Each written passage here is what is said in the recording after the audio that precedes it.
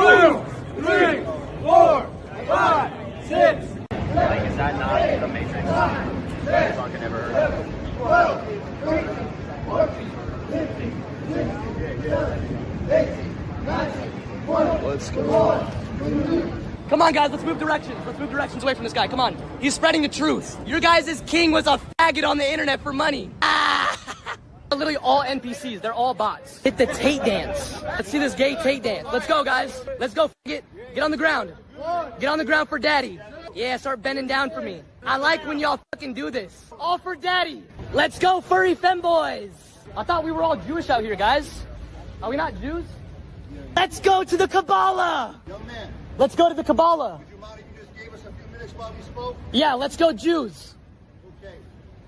Free the Jews! And the truth of the innocence and the reasons why they should be released will be so overwhelming, will be so compelling, that if the decision goes the other way, we're all going to have to ask questions about what's going on here. And if we lose, and if this judge says, look, despite the compelling arguments, despite what you presented in front of me today, I'm still going to rule against you, then we will go straight to President Trump's office. We will go straight to Marco Rubio, because Andrew and Tristan Tate or any other American citizen cannot get extradited without the Secretary of State's signature. And we will say to him, I understand we have a long and lasting relationship with the United Kingdom, but don't forget that that relationship started when we took their tea and threw it into the damn water. Don't forget that that relationship started when we launched a revolution against that stupid king and his stupid wig and that godforsaken country. Is President Trump or the administration, do they have any plans to intervene in the extradition process for the Tate brothers? No.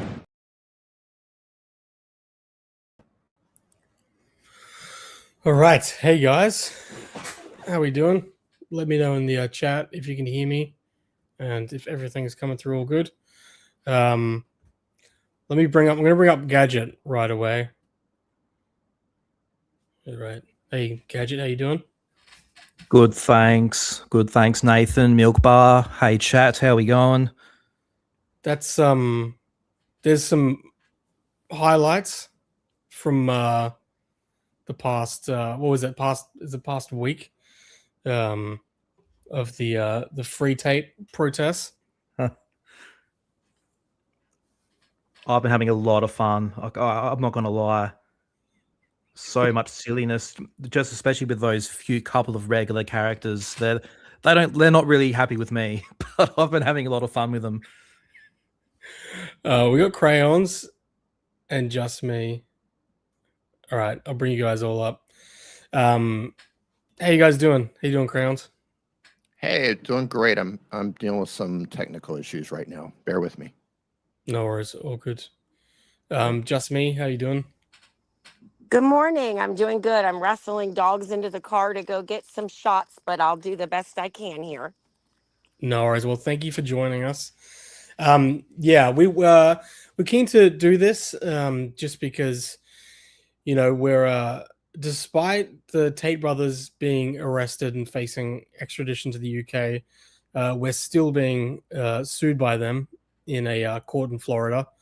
So that is still happening. And we're still having to fundraise for our legal defense. I'll pull up the page now. So here we go. So the link is givesendgo.com/free speech versus Tate. I'll post that in just a second when I get a chance into the comments.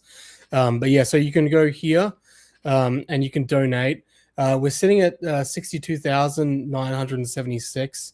It would be great to get to 64,000 even tonight. That would be great. So every contribution, it really means everything. The only reason that we've got this far is because people have been so generous and so overwhelmingly supportive. So it really does mean so much. So yeah, drop a donation there, and we'll be reading every message that people leave for the donations. Also, if you do decide to leave a super chat tonight, all of that will be going towards the fundraiser too. So every single super chat will be going towards our legal defense. It's important to point out that YouTube takes, I think it's 30% of the super chats. So yeah, it makes more sense to donate directly to the fundraiser. But if you do decide to leave a super chat, that'll be going towards our legal defense. All right. Well, we want to be reading out all the messages and really just plugging this fundraiser. But also at the same time, it's worth just doing a bit of an update to what's been going on with the Tate brothers, and where are things at for them. So I'd like to throw to Gadget and you, Crayons, because you've been keeping better tabs on it than I have. Would you describe it as things are going well for the Tate brothers or not so well?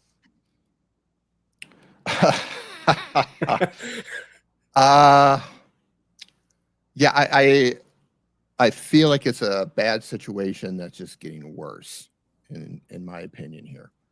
They're currently in U.S. custody, as everybody knows, because of a provisional arrest issued by the United Kingdom for a whole laundry list of charges that they have prepared in the UK, human trafficking, allegations of rape, allegations of child pornography, and allegations of child pornography and extreme pornography, bodily assault. And as such, they requested their arrest because they do believe that they're a flight risk, and they're currently in federal custody waiting for a bail hearing, which should have already happened. But after the DOJ's last response, I think that knocked Tate's legal team completely by surprise, and they asked to respond to the DOJ filing and ask more time, which is quite opposite of what they were saying before that. It was, they're starving, they don't have clean water, it's hellish conditions, there's cockroaches, there's a cannibal next door, it's not safe for them. And then all of a sudden the DOJ just leveled them with a response. It was absolutely brutal. And all of a sudden, oh, well, we can hang out here for 2 more weeks while we gather our response. So that was really interesting. And the DOJ response, they even went into the internet archives to pull up old Tate posts from his Of Wudan account, to pull up things where he's talking about how many passports he has and how he's unstoppable, how he's above the law, how he's running from authorities in Spain, how he's not going to court in Spain. Like, all of these old posts, they pulled them all up, and they pulled up a Mexican passport for Tristan, which is under the name of Vladimir Scorpius, which hilariously, Joe McBride, in their 30-person protest outside of the detention center, said that it was a cardboard prop. And this passport was allegedly used for financial transactions. And then we found out not too long ago, several hours ago, that their defamation case in the United States, they have been arguing against discovery. So they ran their alleged victim and her parents through the ringer with discovery. And then when it was her turn, they were apparently not, wanting to comply with all the requests. So the judge has ordered them, has compelled them to respond to various parts of discovery, starting from January 2001 up to present. And they have to answer for things like their bank accounts, how much money that they've made in the process, how much money they've made during their incarceration. All of these statements that their legal team and Tate's and their agents and accounts that they control have made about Jane Doe during the process. I think that alone is probably going to make a lot of people uncomfortable. So this is a big one. The judge is going to order them, and if they don't comply, they could get sanctions, and some claims could be dismissed. So we'll see. But when a judge orders you to do something, when the court orders you, you have to do it. They're in a pickle now. And this is the lawsuit that their lawyer continually points to. saying Yes. that this proves their innocence. And they continually say, that everything has gone their way with this court case. Yeah, So that's pretty crazy within itself. Their lawyer Joe McBride has framed this entire thing around, well, we're in a defamation case in Florida against their false accuser, and once we win there, then all of their criminal cases are going to fall away. Like, that is just the most delusional thing for somebody to believe. And he knows that that's not the case. He knows that isn't how it works. But he says that knowing that the fans and the friends who won't dare fact check them will buy into that. And the truth of the matter is whatever happens in Florida, a Florida civil judge isn't going to determine the legality of a criminal case in Romania or the UK, who have their own evidence for the cases that they're prosecuting for.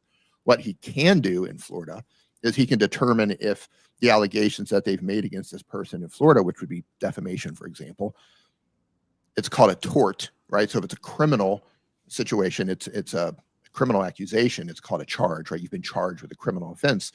But for civil claims, it's called a tort, T-O-R-T. So the Florida judge can just determine, was this a tort in the state of Florida?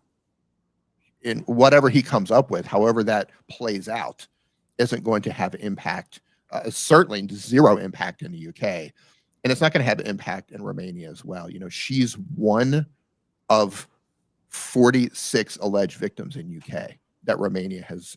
Romania and the UK sent documents to the Department of Justice, which were included in their reply, listing the charges, investigations, and Romania specifically said there are 46 alleged. Well, Romania's prosecutors called them victims, but because of everything going on, I need to say alleged victims.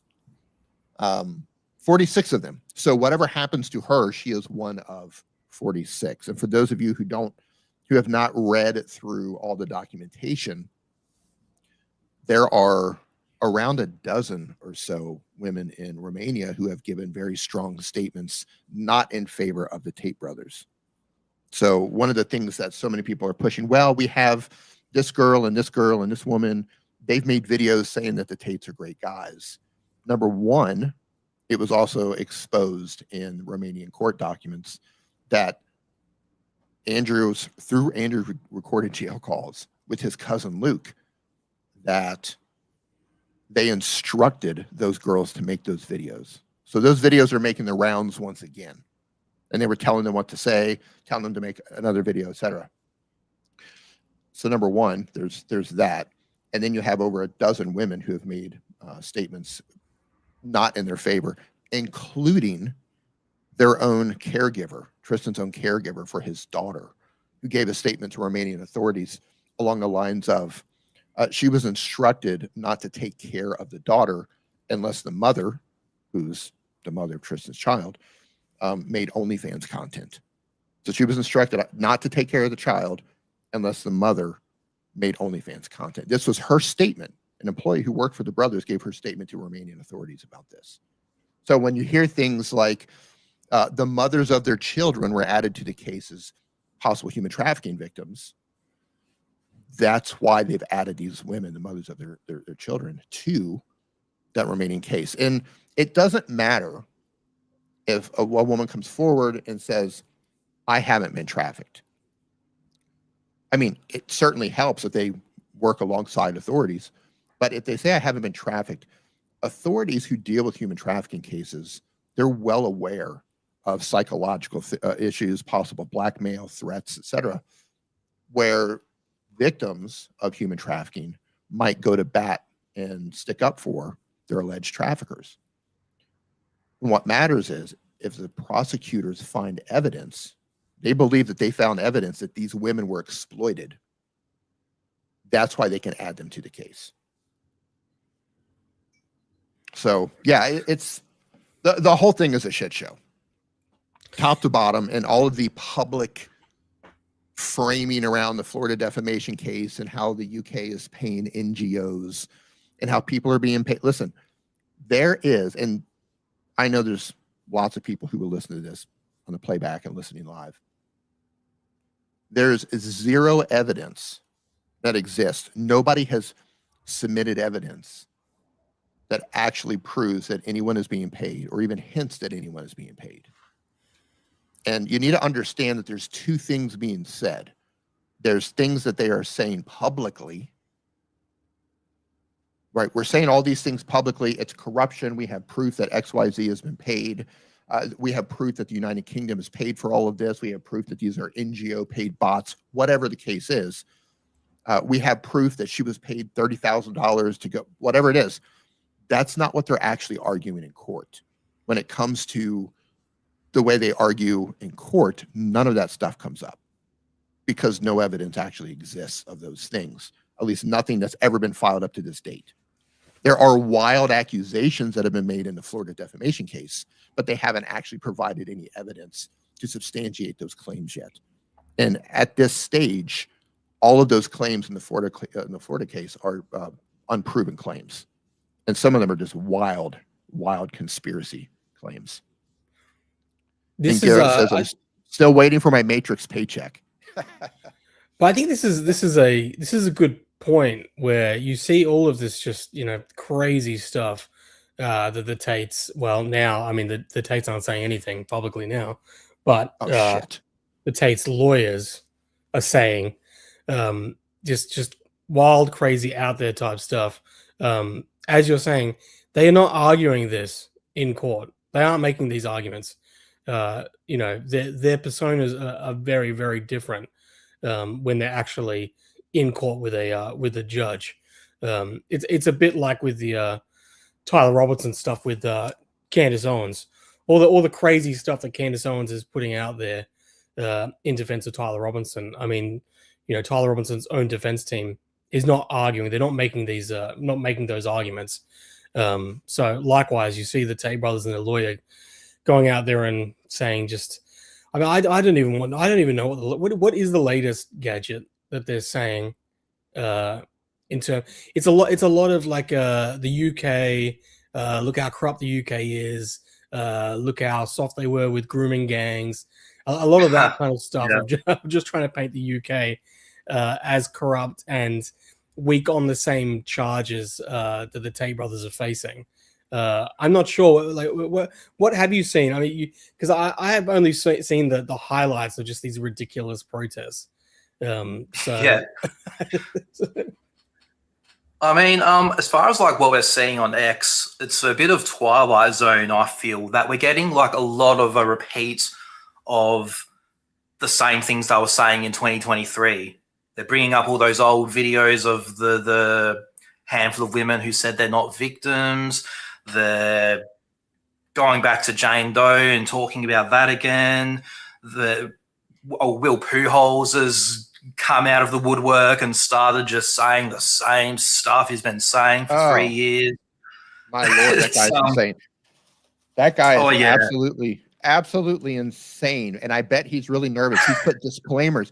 He put a disclaimer in his feed right now, because after the news came out about the discovery and how they're being compelled to list all of their agents and all this information, he's putting disclaimers up there. Yeah, I would imagine a lot of these guys are really nervous right now, because if that connection is made, that could have some implications.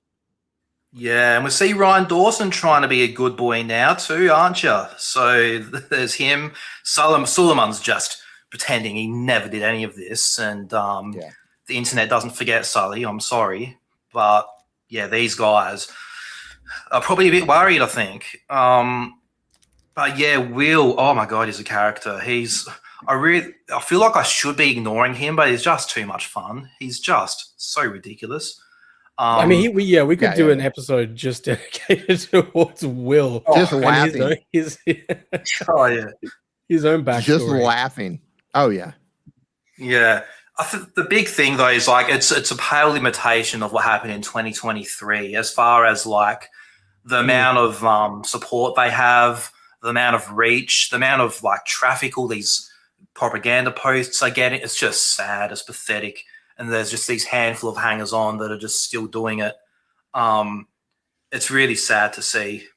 I mean, you can see it just with the ones that are showing up protesting outside the jail. There's just 1, 2, 3 guys doing push-ups in the rain.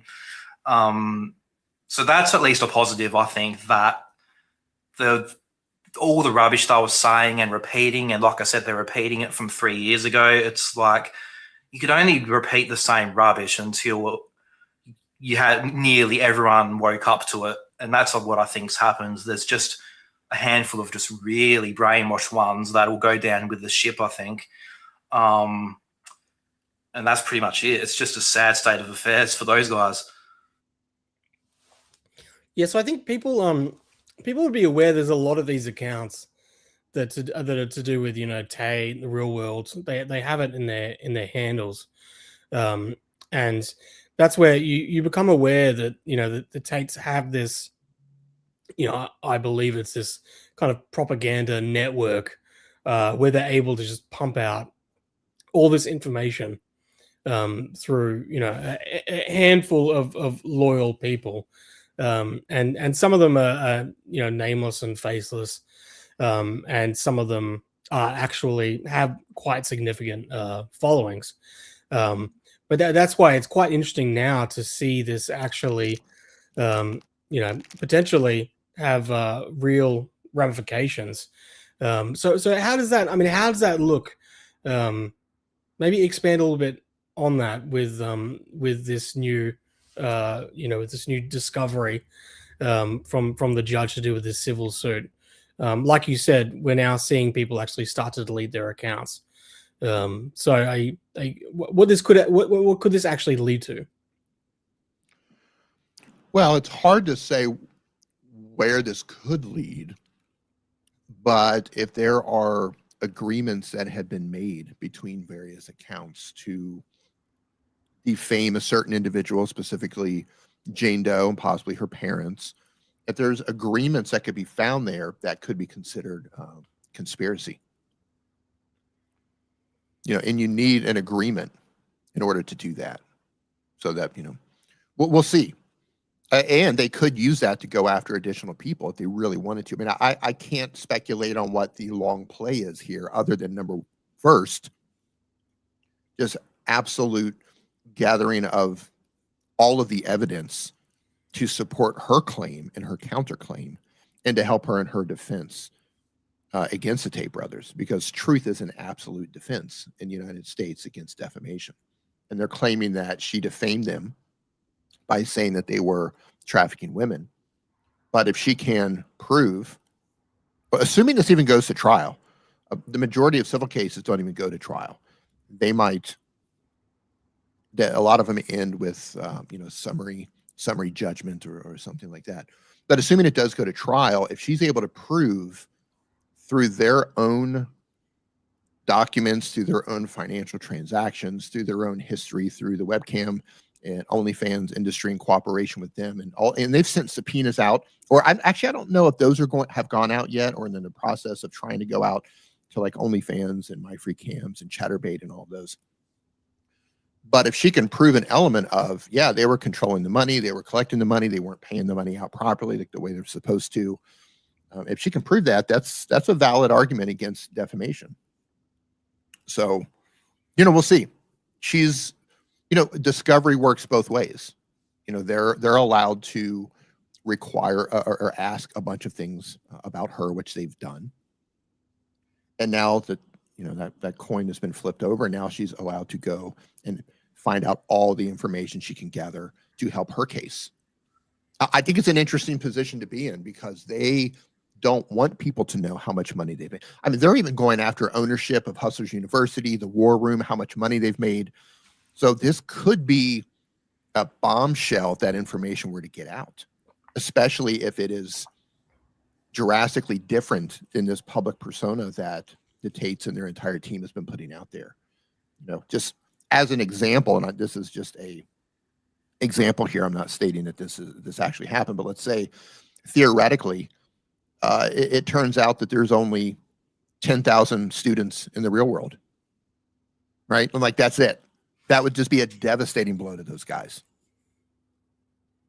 So we'll see. Or, you know, or if it were to come, I mean, they're going after all the bank accounts, financial transactions, everything. So I don't know if that information is ever going to become public, but if it did at some point, and it shows something different. What if these guys don't have nowhere near as much money as they said they did? That would be really embarrassing for them. And the flip side of that coin is they could be vastly more wealthy than they're letting on too. I mean, it could go either way, but the fact that they're fighting it makes me think that there's another story that they don't want to get out. Well, Crayons, if they confirm my belief that there's a tiny fraction of the amount of kids that they say they have in Hustlers University, that not only reputationally is that embarrassing and humiliating, but like that's some fraud there, because that's been a massive part of their selling points that they use, that they say there's 200,000 people here all making money. And I don't think that's ever been true, but especially the last year or two, I think that's just absolutely laughable that they'd be lucky to have 10% of that and less than that now. Again, I'm estimating, I don't have those numbers, but that could get them in big trouble for just on that side of things, like potential alleged fraud. Yeah, who knows? It's once you peel back this layer and you actually get to look at everything. And granted, this is something that's going to happen in court, and they don't want it to happen. That's why they objected to this, and that's why the judge ordered them to do it. So you have to think for a second and say, well, if your finances are so tight and everything you're saying about who owns this and who owns that, and your memberships with this, your memberships with that, if everything is so ironclad the way you said it is, then why are you fighting that information being brought into Florida court where you are suing this woman and her parents? So, yeah, I mean, who knows where it's going to lead? But I suspect, I know a lot of this information is going to be sealed when it gets presented to the court. But who knows? At some point, maybe that will come out. There's also things that happen where files get uploaded to the court, and it might take the court 15 minutes. In some case, it might take them hours to seal a document. We've seen that before. So it's possible if you're there at the right time when something gets uploaded, or if you were to create an AI agent to constantly be watching the court docket, so as soon as something gets uploaded, you download it immediately. Just, putting that out there. It's possible that those sorts of documents could be gathered, and you might be able to see them unsealed at some point. I don't know. I'm speculating. Somebody said in here, James, that Tate's lawyers are objecting to the subpoenas going out to Chatterbait, MyFreeCams, and all of that. Yeah, they are. And what they're trying to do is just limit the scope. They're trying to limit the scope. But what the judge has ordered Tate is all the financial records and all the information regarding those accounts. So they might not even need those subpoenas when it's all said and done. We'll see. But ultimately, what the Tate's counsel want to do is just limit the scope of that. So, for example, just explain how this works. The Tate brothers wanted to do discovery on Jane Doe back to the point where she was a minor, where she was underage, right? And her team fought against that and wanted to limit the scope to where, like, we're going to comply with discovery, but, the fact that she was nothing that she did as a minor should be admissible in this court. And the judge agreed. So now the other side of that coin is now she's been granted discovery and all the things that she's searching for, but she can only get them currently from January 2021 to present. That's the scope that she's been allowed.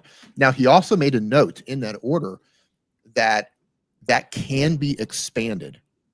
And simplified, that means if they find something that leads to something older, which is relevant, then it is possible that she can ask to expand that date range.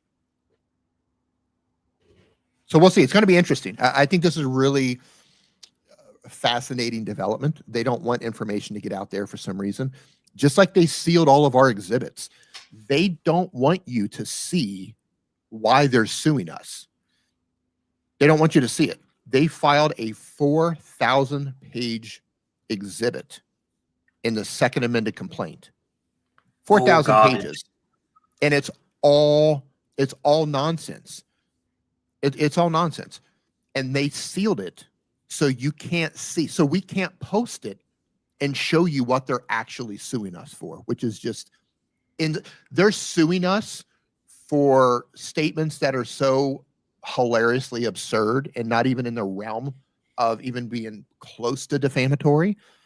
There's things in there where I just laugh with an emoji, and they've just took a screenshot and put that in there. It's just absurd, absolutely absurd. But anyway, they seal these things because they don't want the public to see how dumb these lawsuits are. If you could see all of the exhibits, everybody would be like donating right now because they would see the absurdity of the entire thing. Because they would say, "Oh my God, this is bigger bullshit than I thought it was." I was about to say it's worse than people realize, in my opinion. Yes. Yeah, it's worse. And we have 2 court dates coming up. Can you zoom in on those, Nathan? Yeah. Let me zoom in. Here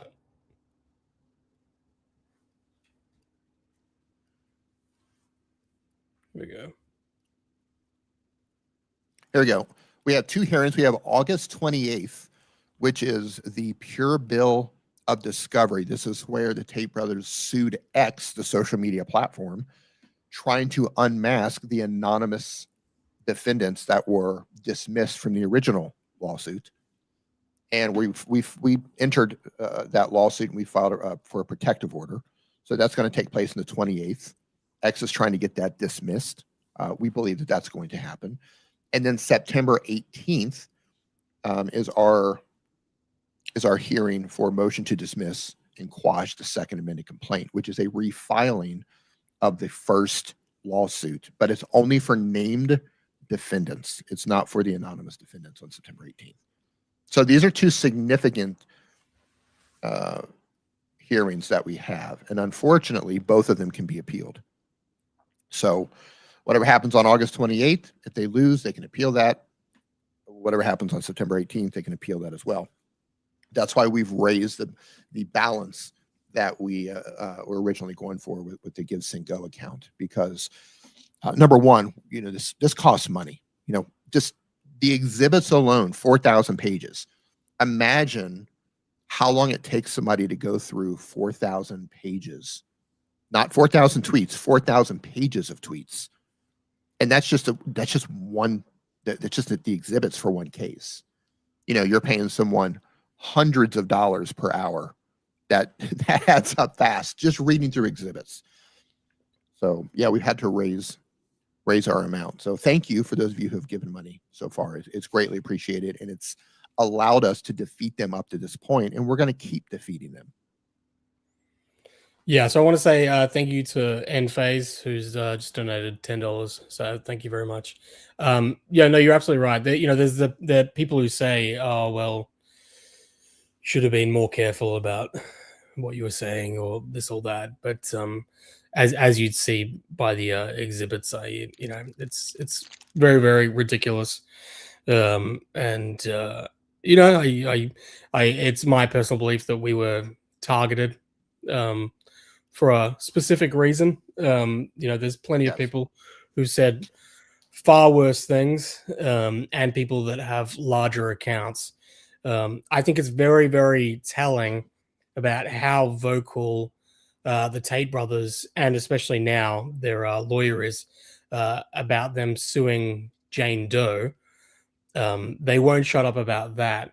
But yet there's been, very, very little from the Tate brothers actually addressing this lawsuit against us.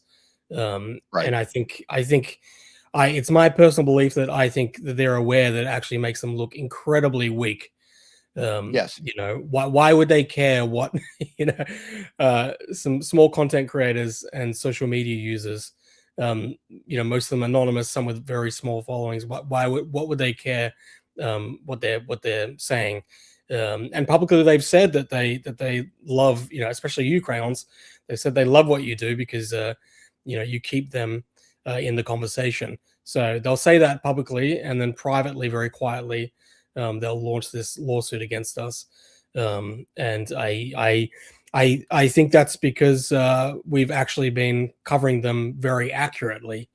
You know what? Let me jump in here for a second and say we have covered them, and not to toot our own horn here, but we have covered them more accurately than any media outlet, shy of just a couple of journalists I can count the number of journalists on one hand who have done an accurate job reporting this case flawlessly, and who have done so accurately and with integrity. The rest of the media and consistently as well. Consistently, yes. Yeah. So we've seen some really good articles recently that have come out. But you know, you're talking about now in 2026. So you're talking about 4 years after they were raided that first time. So it's taken years for these major publications to actually start to write these pieces on them. And yeah, I think, you know, I think that's because, you know, we, and especially you, Crayons, with you know, the court documents, and Gadget, I mean, you've done incredible work with especially with the real world and that side of things. I think that they feel like we did some real damage to them. Well, that's what they feel like. But here's the thing: these guys damaged themselves. All we did is reported on what was happening. See, I just want to be clear about that. We didn't damage anything. They're crying and claiming that we damaged them.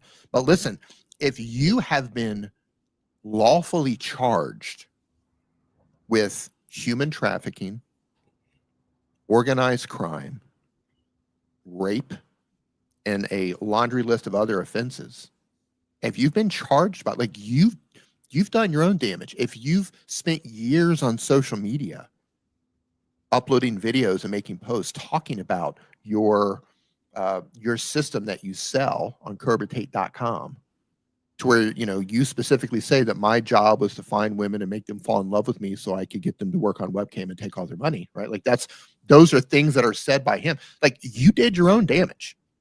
You can't look at people who are reporting on these things with actual court documents and your own actual statements and your own videos and say, oh, these guys damaged us. Let me tell you this. If our cases go to discovery, like if they think this Jane Doe one is bad, wait until our case goes to discovery if it ever gets that far. There will be no stone left unturned. Yeah. None. Yeah, absolutely. None. Yeah. No, it was great, and it's very flattering to see even Danny Pinto, who's representing Jane Doe in Florida. You know, it's flattering to say, you know, that she's that, you know, she thinks very highly about the work that was done by us in getting this out there. You know, I think largely, you know, when I think about the landscape of when I started making videos against the Tate brothers, I mean, it's incredible how much has changed, really. You know, there was a point in time where, you know, people were like, okay, well, I don't like some of the things that Andrew Tate says, but there's plenty that we do like. So they were willing to defend him. But even still, they were saying, but I don't know about these criminal cases. I don't know about these criminal cases at all. You know, they seem like they're drummed up. Whereas now it's like, at this point in time, there's very few people, I think, who are openly defending them and saying that all of these allegations are completely phony. You know, I really do think the people who are saying that now at this point in time, these aren't people that have a lot of credibility in my mind. No, you know, not at all. And we keep finding out. And by the way, for the record, I'm not involved in any of this, but I see other people. And here's the thing. Everything keeps getting blamed on me. Everything's getting blamed on Gadget. Like, people, we are living so rent-free. Like, they are doing live streams outside of the jail, doing push-ups, complaining about Gadget. Like, talk about living in someone's head rent-free. Like, imagine traveling across the country to do push-ups for your internet daddy while complaining live about Gadget, who's just reporting on what's happened and making fun of you guys for just embarrassing yourself. And even Joseph McBride himself was outside. Yeah. Tyson Hockley asked him, "What about those haters online?" And he's like, "Oh, they're all demon elves that are just paid by the UK," and like all this crazy stuff. Oh, it's funny. Yeah, and for the record, I didn't know that NGOs were paying for this. So if you're an NGO, please have your people call my people. I didn't know I can make Oh, money. isn't that a buzzword for them now? Everything's Yeah. NGO. I mean, everything's I paid prefer NGO. I prefer when I was a British spy. I feel like this is a demotion. That was Yeah. sick. Of Yeah. just being. I miss those days when we were all secret DCOT agents, according to That them. was badass. Yeah. Yeah.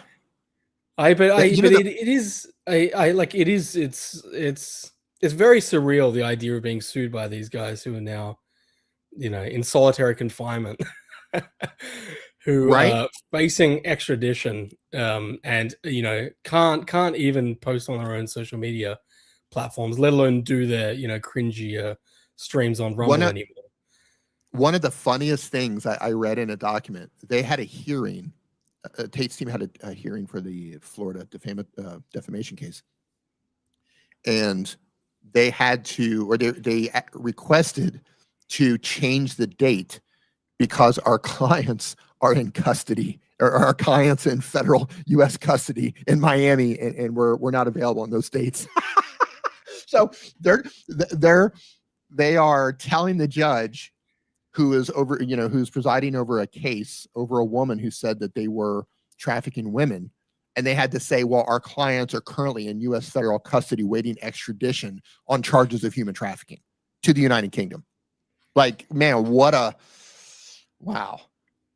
I would love to, like, all of this stuff by their legal team and all of their friends and the war room guys and their student. I mean, it's just Olympic level mental gymnastics, trying to cope with all of this and trying to justify all of this. It's absolutely hilarious.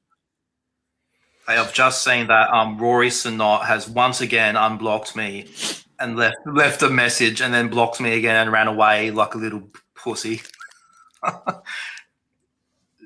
Interesting thing with Rory. Oh yeah, he's worried. He and I have never had problems with one another, and I chatted with him a few times, cordially. Like, he was very nice to me. I was very nice to him, and we kind of made an agreement to where we wouldn't post in each other's threads. He was very nice about it. It's like, hey, listen, man, I don't want to block you.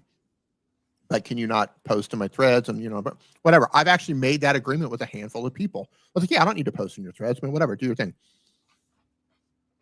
And then he blocked me recently. I'm not sure why. And Rory, man, I'm kind of heartbroken. I thought we had a thing, buddy. What do you think with these people who are actually, close to the Tate camp? How much cognitive dissonance do you reckon there are with the?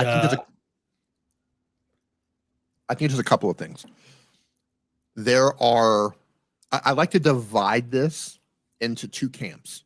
Camp number one is everyone who knew him before he got arrested. Camp number two are people who came into their lives after they were arrested and after they stopped the adult entertainment work. So that's how I like to break their friends apart there. I believe everyone who knew them before their arrest, I believe a significant portion of them are also involved in that industry.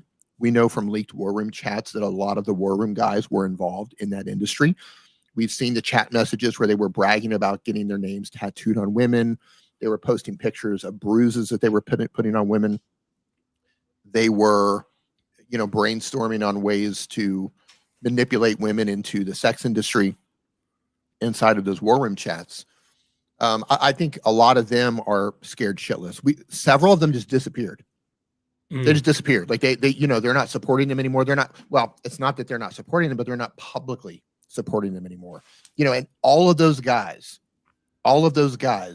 have all done a immediate brand change. Like they're all just like, oh, well, I'm no longer this guy talking about the sex industry and the manosphere stuff. Now I'm a family man who's talking about family values or whatever it is. Like they've all run cover and they've tried to rebrand themselves.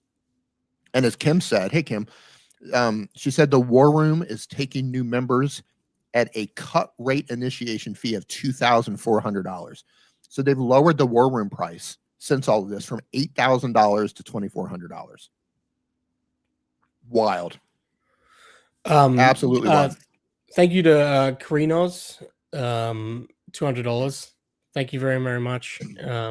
Hey, thank so you. yeah, so let me actually, I'll make sure I've pinned the fundraiser, but this is it And- here. So givesendgo.com/free speech versus Tate. So you can donate here. And yeah, we'll read out any messages, any comments. So feel free. If there's anything you want to ask at all about the Tate brothers or their cases, I mean, these are the guys to ask.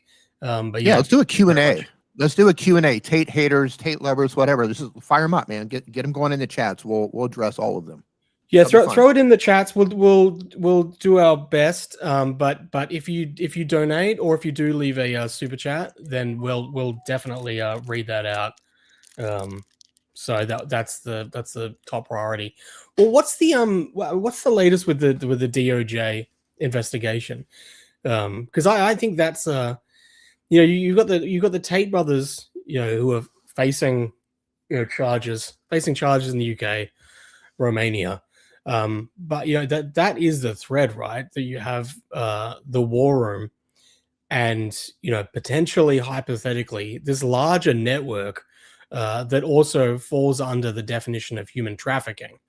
So this is where you're saying that there's a lot of people who would be terrified right now. I mean, think about this.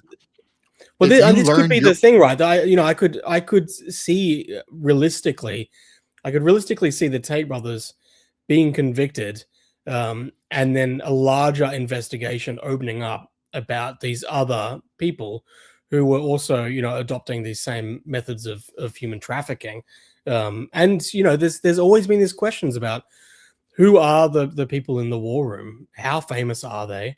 So you have this potential like Epstein client list thing where names could start to pop up. And it could do some serious reputational damage. I don't know, like, what are your thoughts there, Crayons? Well, can I just quickly add some context to why Rory's come after me? Because I find that really relevant to that question. Yeah, you can jump in there, and then we'll get back to Warren. Yeah, because basically I was watching a stream, and Rory, like at the protest the other day, Rory just made a comment of, "I'm going back to the UK to talk to lawyers." I just made a comment of, why is he talking to lawyers? Is Rory got something going on? Is he in trouble? What's going on? That's all I said. And I posted a clip of that. And then he unblocked me, left a reply, like, "I'm going back to leave a character reference. You could have asked me, idiot." And I'm like, well, I couldn't have, because you had me blocked. So, but anyway, cheers, Rory. And then he's come at me again today. And he hasn't engaged with me for like 3 years. So I'm like, why does that have you freaking out, Rory? Interesting. Yeah, and I've never had a problem with Rory. He believes what he believes. He's doing what he needs to do to protect his guys. I've read enough. I've seen enough witness statements and alleged victim statements and prosecutor collected evidence that's come off of forensically extracted off of their devices. I've seen enough to know what's going on, and I can quickly identify when somebody's bullshitting or somebody's trying to twist things or whatever. So I see it, I acknowledge it, but to me, he's never been someone where I'm like, oh, this guy's a problem. Myron, on the other hand, Myron has a massive following, and it's just a mass spreader of misinformation. If you are getting Tate's case information from Myron, boy, you've been led astray. Holy shit! That guy's an absolute embarrassment. But to your question, Nathan, I had some of you might remember this. There was a woman who came onto a space that I was holding. I don't know if it was 2023 or 2024, who was married to a war room guy. And she said that she had already been interviewed. I believe she said it was by Homeland Security. It could have been the Department of Justice, I don't remember. But they were asking her about the bigger scope conversation about the war room and members. So based on that, assuming that's true, and she's credible, she has no reason to lie about that. Assuming that's true, then that means at least at one time there may have been an investigation into the war room itself. But we also know that the Department of Justice is also investigating the Tate brothers for at least human trafficking. We know that because that came up in a document. There could be other things going on as well, but we only know the investigation for human trafficking.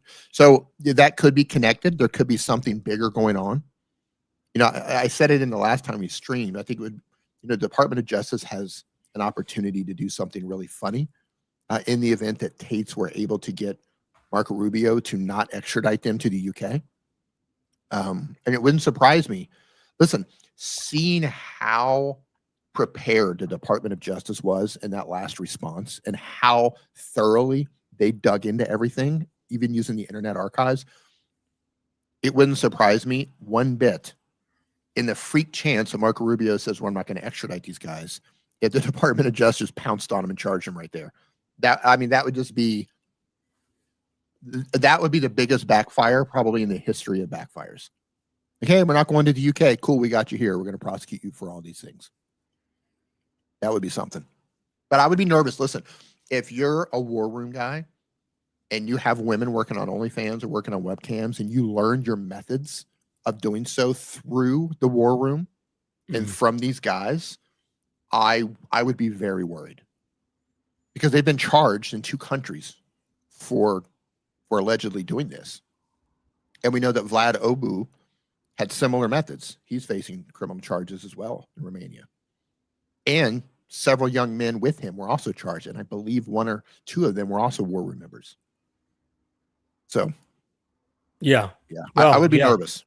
I mean, they're in solitary confinement in America right now. That's kind of wild to think it was, you know, just a bit over a year ago that they were, you know, just traveling around, going to Las Vegas, going to LA, you know, going to UFC.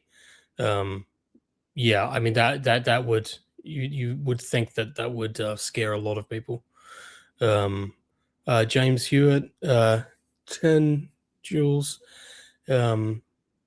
Thank you. We've got a super chat here from Adrian Cole. Thank you, Adrian. So what actually went on in Romania for all those years in regards to the webcam stuff involving Andrew Tate and his brother? What actually happened? I don't know how succinctly you want to answer this. Yeah, I'll tackle that. I'll tackle that one. Now, prosecutors in Romania are alleging that the women, or I'm not going to say all women, but a significant portion of the women who work for them in Romania were lured into that business through the Tate brothers using what they call the lover boy method. And prosecutors allege that they used this method to make these women believe that they were going to be in a romantic relationship with them. Some of them, that they were even going to be their wives. And then they were manipulated and coerced to go actually work in the adult industry. Now, you know, the jury's out on if that's what actually happened, but that's what prosecutors have alleged. And it aligns with what Tate said in his own videos and how he was communicating with guys that we've seen in the chat messages in the war room. And we've seen the forensically extracted chat messages that prosecutors took off of their devices and put in Romanian documents. Like, all of that aligns.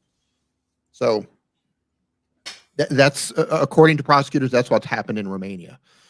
There's a right way and a wrong way to manage or, you know, find people to work in the adult entertainment industry. The right way is not to mislead them, not to pay them unfairly, not to take the majority of the money, not to put them in situations where they can't quit or they're afraid to quit. This is what prosecutors have alleged. You know, it's a straightforward thing. Okay, you're going to work. I can help you with marketing. We have a contract. I'm going to pay you fairly. This is what you're going to get paid.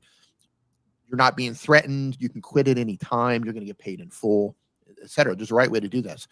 What you can't do is you can't mislead someone to make them believe that something else is going to happen, and then you push them into this other thing, right? It's the same thing with like Dubai, for example, has a problem with human trafficking when it comes to hiring people or bringing over people from developing countries to build their buildings. There's a lot of reports that say that those people get trapped over there. They're brought over under certain circumstances. But then once they get there, they find out that the circumstances are not accurate, and they're not going to get paid anywhere near they're going to get paid. Their hours are going to be longer. They're going to be working in unsafe conditions. And that's human trafficking, right? You can have a straightforward employment contract and you uphold your side of the contract. That's not human trafficking. But when you mislead someone to believe that something else is going to happen, and then you put them in the situation to where they're either, and the argument is, well, they paid everybody. Yeah, I have no doubts that some women did make money. I also have seen witness statements where they've said some women gave them all of their money, 100% of their money. I've seen witness statements where women were afraid to quit, where they put them in financial situations, according to prosecutors and how they've put their case together, that they put them in a financial situation to where they're not making enough money, or in some cases, no money, and they can't quit. It's called financial exploitation, where you've painted them into a corner, so to speak, and they can't go anywhere.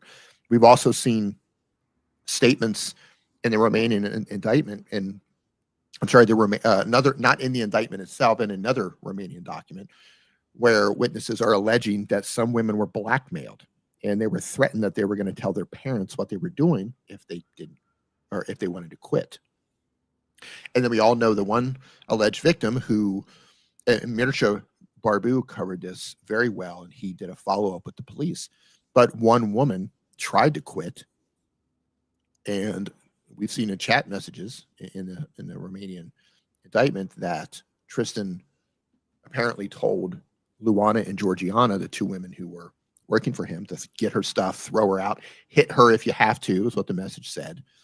And then Georgiana allegedly went and beat the hell out of her and threw her out. And the woman went to the police, asked for help. And Luana was a former police officer, and they persuaded her not to pursue this, and then had essentially Luana come back to get her from the police station, which is terrifying if you think about it. You try to get away, and the police call the person you're trying to get away from to come and get you. So because of that, there's a separate case in Romania for Georgiana and Tristan. They pulled that apart from the main case, and now they have a separate standalone case just for that, due to the statute of limitations. Because if they don't do something with that soon, the statute of limitations will run out and they'll have to drop it. So we have all this stuff that we've seen in documents, right? That one as well in that instance is important, because there's also charges related to that with Georgiana and Luana, where they even allegedly got these other girls who were working for them and pretty much sat them down and accessed the girl who was attempting to flee the computer and sent her pornography that they made. So they sent the pornography to her friends and family, correct me if I'm wrong, and showed the other girls allegedly that this is what happens if you try and leave. Yeah. So what it was, to be precise, while she was gone, she got the woman's laptop. She opened it up and she took the pornography that she had. I'm assuming it was for OnlyFans. Took the pornography and sent it to friends and family and guys that she knew. And she did it, according to the document, she did this in front of the other girls and said the next one's going to get it worse. This is after she kicked the girl's ass. So Mircea Barbu did a follow-up to this to figure out, what really happened with the police. And the police involved in that whole thing were reprimanded. It was a slap on the wrist, but they were still reprimanded for how they handled that situation. Somebody left and they went for help, and they essentially sent them back to the people they were trying to get away from, which is just terrifying. And they threw her out of the house, according to the documents. They threw her out of the house half naked. She wasn't even fully clothed, according to the documents. And in addition to everything else, they've both been charged with a Romanian offense called influencing statements, which is witness tampering. And prosecutors have alleged that, I want to say just 11, I think it's around 18 women or so, give or take. I don't have that exact number in front of me. I think Tristan had, I want to say 11 or 12 women, and Andrew might have had 6 or 7 women where prosecutors are alleging that they bribed or threatened or offered financial things like property in exchange for not cooperating with the police. So they've already been, according to prosecutors, caught in that environment to where they're trying to influence people involved to not cooperate with the police. So when you hear things like the UK is not giving them the information that they need for the women's names in the UK, I think that's the right decision. That's the right decision to not give them the names. They will get the names when they're in the UK, but they're not going to get them beforehand. And that's an important distinction to make. They know the details. They know the details. They have all that. They just don't get their names because of things like this.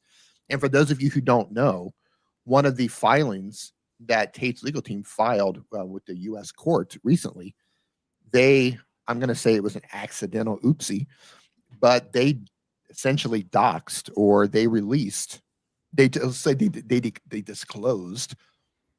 all of the names of the Romanian alleged victims and some of the witnesses in that case.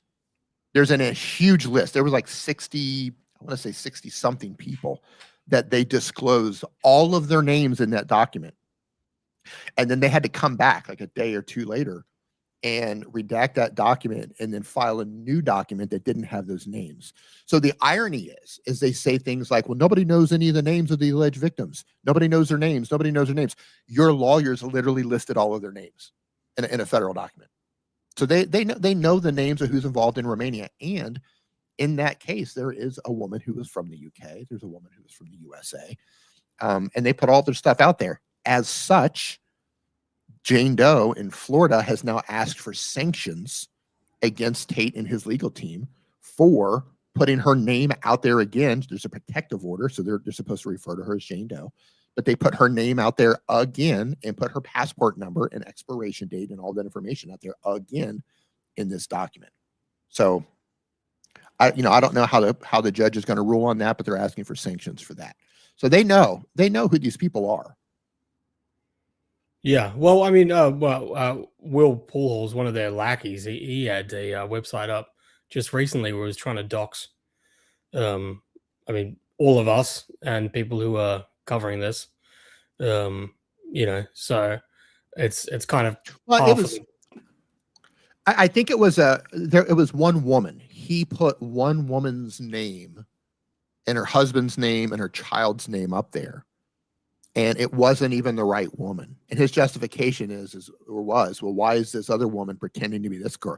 I mean, just absolute insanity. But all the others, me, you, Gadget, everybody else involved in the case, the way he had it written, it was implied that he was going to release everybody's names. It was implied, and it was also seen as threatening and as intimidation. So there was a reason why it was taken down. And I actually have, well, I may or may not have that page being viewed at all times, looking for just one slip. Will. I'm interested with what are the potential ramifications when it comes to the discovery with the civil suit. The whole Candace Owens thing. I'd love to know the communications between the Tate Cam and Candace Owens dating back. If there's an agreement between them, if there's like, hey, we're going to do this, we're going to run this campaign, we're going to do this stuff, are you in? And she's like, yes. And here's what we want you to say. Here's the document. If that sort of agreement can be found somewhere in an email or a document, yeah, I mean, Candace could end up on the hook for that. I don't know how strong that would be, but if that agreement is made, that's conspiracy. So we'll see. Yeah. Listen, this information about, what all their accounts are, who are their agents, how much money they've made, who owns this, who owns that, your involvement in the webcam industry, your involvement with OnlyFans, all the accounts that you have, like, man, this is just an open book that the judge has essentially ordered. Like, you have to give us all of this information, and you have 30 days to do it. They might be able to ask for an extension due to their circumstances, but they have to provide that information. So they're in a pickle. All this information gets released, or and what are they going to do? Partially, like, I don't know. Like, no matter what happens, the judge has ordered them to do it. So I think this is a situation to where Jane Doe has an upper hand finally on this case. You know, it's been an uphill battle. But I think those of you who have been following it and understand what's happening and understand the process, you know, filing a motion and getting it, you know, okay, well, they didn't dismiss the case, and the judge didn't allow this, the judge didn't allow that. It can look like, wow, she's losing this case. But you don't lose during the pleading process. You're not losing the case. Yeah, it might not be going great for you, but you're not losing it. You know, it's won in trial. It's won if it's dismissed, right? It's won if you actually win. You don't win discovery. But I would say she has the upper hand, because the fact that they're fighting this information, or they did fight this information and the judge had to order it, tells me that there's information they don't want to get out there. So we'll see. Did you see Candace Owens' response to the Tate brothers? Is this a new one? Is this a new one? You probably saw it. It was the one from a couple of weeks ago. Just gonna dig into it, eh? I want to just play it. I mean, because it's brief, but I think it's very interesting that it took her 3 weeks to respond, and the only reason she responded was because someone directly asked her. So it's just brief, but I kind of want to play it because she's been one of the top ones who's been running cover for him. So I think her response and how little she says is a little bit telling. Anyway, let me play it. Can you hear this all right? I cannot hear it. Can you hear that, Gadget? No audio. No audio. Give me 1 sec. Let me start it again.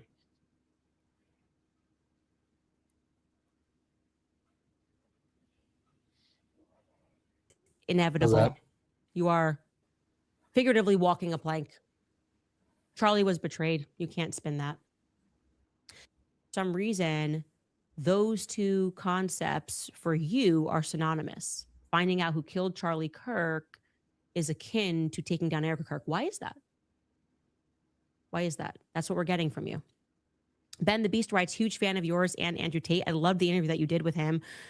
What are your thoughts on his most recent arrest? In my opinion, it's another Matrix attack. Keep up the amazing work. So I had gotten whenever I comment on things, I always want to take the time to read files and understand what's happening and offer my non-legal perspective. I'm definitely not a legal professional, but I do feel like I understand legal documents. And I was very much involved in reading through his Romanian documents when the charges were against him. And I said, this case is going to fall apart. And people came at me and were like, how could you? And then the case fell apart. I'd never seen such clear evidence that the girl, there were actual literal text messages in WhatsApp of her describing what she was doing and trying to get a free ride to Paris or London.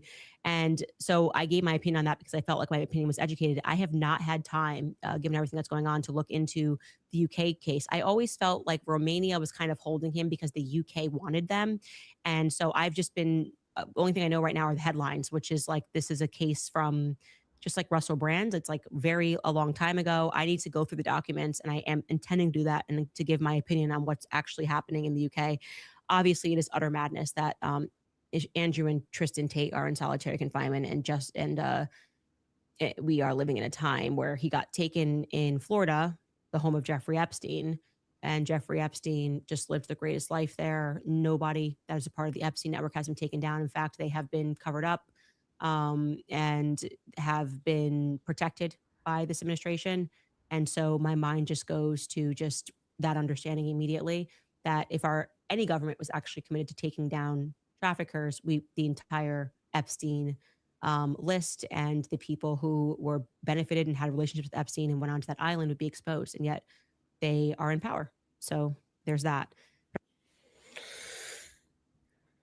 Anyway, that was it. So I'm not sure what you think of that. Do you remember how thoroughly and well she covered it? She may have had the absolute worst take and misinformation filled video of anyone out there. The way she covered it made me like, I came to no other conclusion, and it's my personal belief that she was absolutely given bullet points and told how to frame it, said what to say, and she made a video about it because it was so hilariously wrong. Was she even offered, hey, if you think I'm wrong, debate me. I offered to debate her, and then she blocked me. Every piece of evidence that she used was literally just reading from the Tate's lawsuit against Jane Doe. That was it. Yeah. If you read from our lawsuit, we'd sound like horrible people too. Their lawsuit against us, I mean. Yeah. So yeah, for those of you who don't know, until there's a decision, a claim in a civil lawsuit, it's just a claim. It's an unproven claim. So when you hear people say, well, I can sue you for anything. Yeah, you can in the United States. That's the problem. You can sue pretty much anyone for anything in the United States. That's why there's so many lawyers in the United States, an absurd level of lawyers with billboards everywhere. It's absurd. It's not the case for criminal charges. And a lot of people get that confused, especially Tate fans. Like, I could charge you for anything. No, you can't. In order to get a criminal charge, you require some level of evidence. And in UK, it's a higher level of evidence, and it actually has to pass the full code test. So there has to be enough evidence in the UK to where prosecutors believe that there's a reasonable chance, a reasonable prospect of a conviction. So it's a pretty high level in the UK to get charged with these crimes in the UK. So no, you can't charge anyone for anything. You can sue anyone for anything. And you can say anything you want. Like, to read through our claims, they make the wildest claims that have just made me laugh in some cases. It's not even remotely close to being true. And you can just say anything. But when the time comes, they have to back up those claims. And this is the thing.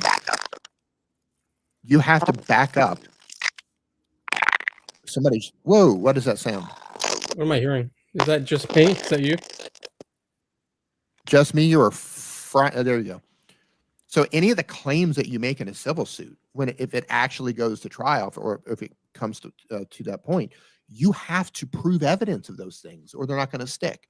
So you can have 1,000 pages of just the wildest claims you've ever seen in your life, but you still will have to back them up at some point.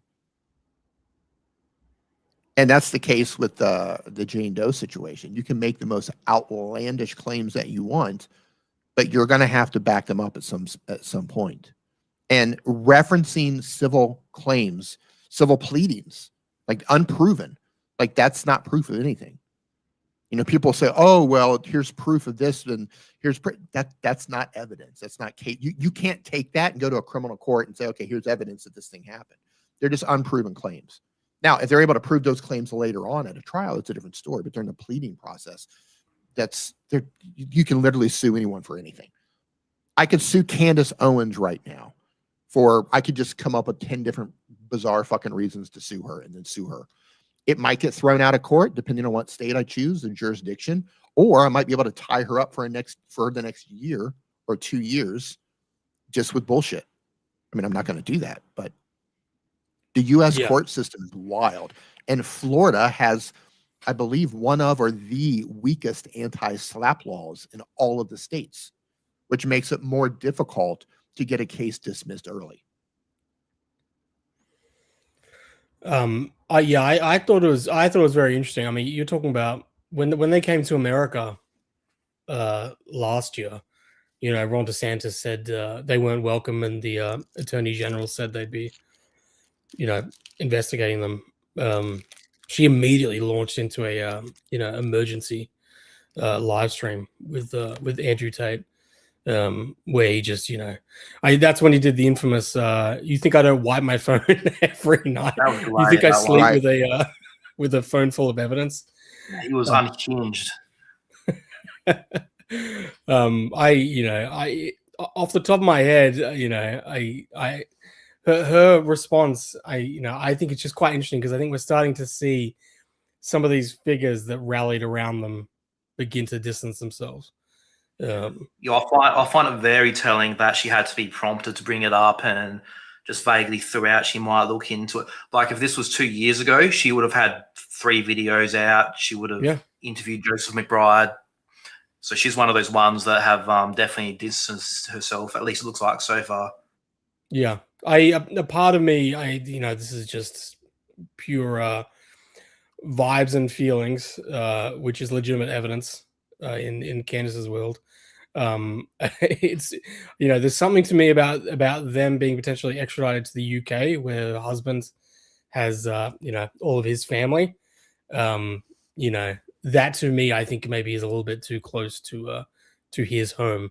But I don't know, that's me purely speculating. We've got there's one thing I want to say really quick. I made some notes when I was coming in here, and I forgot to mention earlier regarding the discovery in the U.S. defamation case.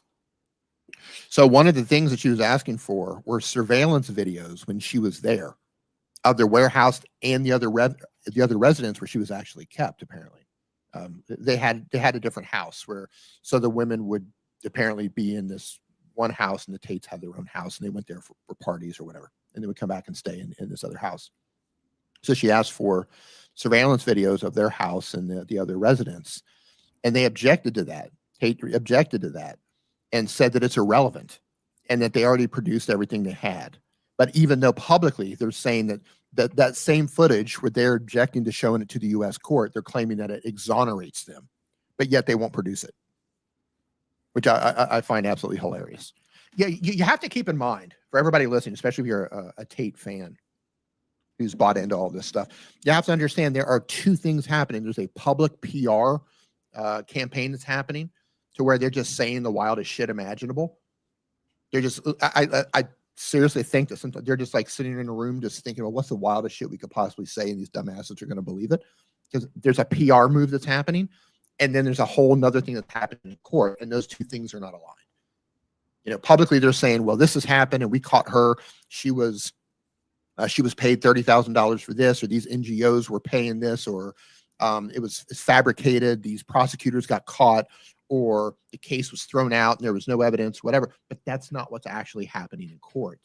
In court, they're yes, sir, no, sir. They're not bringing up any of that stuff in court because it doesn't exist. None of that stuff actually exists. They're not arguing that stuff in court. Publicly, it's, prosecutors were caught fabricating chat messages and they did all this illegal stuff, but that actually didn't happen. And you can see the documents. All that stuff is public information that you can get from the Romanian court docket. None of that stuff is happening. Nobody ever accused them of fabricating chat messages or fabricating documents. None of that. None of it happened. Publicly, though, that's how they keep people on their side. It's a conspiracy. It's the Matrix. The world is out to get us because we're telling guys to do push-ups or whatever it is that they're doing. And it's just not what's happening in court. In any court. We got super chat from Noah Bennett. Thank you. He asks, how is Tate able to fly under the radar for so many years in Romania when he did the webcam operation? What and when was the main slip up for him? Well, Romania has a huge webcam industry. Huge. And we also know that Luana, one of his employees, worked as a police officer before she went to work for them. And we know that we talked earlier how there was one of the alleged victims who escaped. Well, no, she was thrown out half naked, went to the police for help, and they pushed her to not pursue it. And they essentially called Luana to come back and get her. So she tried to get away, couldn't get away, according to these Romanian documents. So number one, it's a very popular industry in Romania. Number two, the Romanian authorities, I think, are very relaxed. Number three, there could have been some local protection, possibly based on what happened in that particular police station. There could be some level of protection that was happening. And in terms of when the main slip up for them, that's hard to say because we found in another completely separate Romanian case, and I had this on my timeline, they were at one time listed as being under investigation for bribery, pimping, and organized crime in regard to their casino business there. And based on everything I could read, it was actual prostitution is what they were listed for. I'm not saying they did it, but I'm saying that they were listed in another case as being somebody connected to this person that was also under investigation. If you go into my timeline and just search for pimping, you'll see that. And I have I think I have the link to that as well. So that might have been the first crack. That might have been the first crack. And then it put them on the radar. And then the second crack may have been when DCOT had to come and raid them in April. And keep in mind, there were 6 women that DCOT initially identified as possible human trafficking victims. And then they later added a 7th after their investigation. And, contrary to popular belief, I think 1, if not 2 of them were involved in the webcam industry. The rest were OnlyFans. So people said, oh, the webcam industry had nothing to do with it. Yeah, that's not true. There was at least 1, maybe 2 in the first case that were also working on webcam. And we also know, because people love to say, oh, the Tate brothers haven't worked in webcam for so long. We also know that the International Consortium of Investigative Journalists, which is a highly, highly respected group of journalists who they do deep dives into things like the Panama Papers and, high level stuff. They have an article that I also linked to, you can find in my timeline, where they found documents from December. I'm sorry, when was it? They found documents that showed almost $3 million specifically for webcam from MyFreeCams was sent to Tristan Tate's bank account, I believe in August 2022. And they were still involved in webcam at least until August of 2022. And we also seen tweets from Georgiana, who worked for them, in December of 2022, right before the raid. She was still advertising her OnlyFans content. In December, the same month that they were actually arrested, not raided, arrested. So based on all the information that we've seen in the Romanian documents, based on this investigation from the International Consortium of Investigative Journalists, based on their own tweets from Yasmina, from Georgiana, and some of the other girls, they were still very active in the adult industry in 2022, with at least in August 2022, still receiving money from MyFreeCams, which is a webcam company, almost $3 million worth. And you can search for that. Yep, he just found it. There you go, right there. So, here's the thing. I'm not going to make a claim. I'm not going to say something and as confidently unless I have a way to back that up. If I can't back it up, I can say, well, I'm speculating here. I'm speculating, or I think this, or this is possible. But I bring receipts for everything. Everything. I don't have community notes. I've never been community noted. I've never been proven wrong about any of the information that I've shared. The only thing I did get wrong was that once their trial was ordered in Romania, I did not expect them to win an appeal on that. So I figured, and this was based on Romanian media who expected the trial later on in the year. Romanian media covered that. So I was like, okay, that's when the trial is going to happen. So I was wrong on when the trial was going to happen because he appealed and didn't go to trial. And I didn't think they would ever leave Romania, but I also didn't predict the United States government getting involved and giving them travel privileges so they could leave. But my information regarding the cases and everything that's happening, that's undefeated. I have receipts for everything. It must be cathartic to see Romania providing America with proof of all the ongoing allegations. We've even got Candace Owens here saying that the cases have fallen apart. So it must be a relief to be able to point and say like, look, see, I haven't been making all of this up. Here's definitive proof. Yeah, all of this, it's just a huge I told you so. Here's the thing. If you have been listening to Team Tate for anything case related, I regret to inform you that you have no idea what's going on. You have been fed so much nonsense from Tate's friends and other people from the real world and probably the war room and Tate's lawyers themselves. It's just not grounded in reality. Right? But if you are actually reading the documents, if you're actually paying attention, if you're reading the judicial decisions and all that comes with it, you'll know that there's a completely different thing happening versus what they're saying. Yeah, and Romania came through, like you said. And for everybody, oh, the case is falling apart and it was dismissed and there's no charges. So Romania sent they sent the Romanian original version and an official translated version of what's happening in Romania. And they have Andrew still on creating an organized criminal group. And I'm reading directly from the document right now. And number 1, creating an organized criminal group. Number 2, the translation is child trafficking. The actual charge is trafficking in minors. Number 3, human trafficking. Number 4, sexual intercourse with a minor. Number 5, influencing witness statements.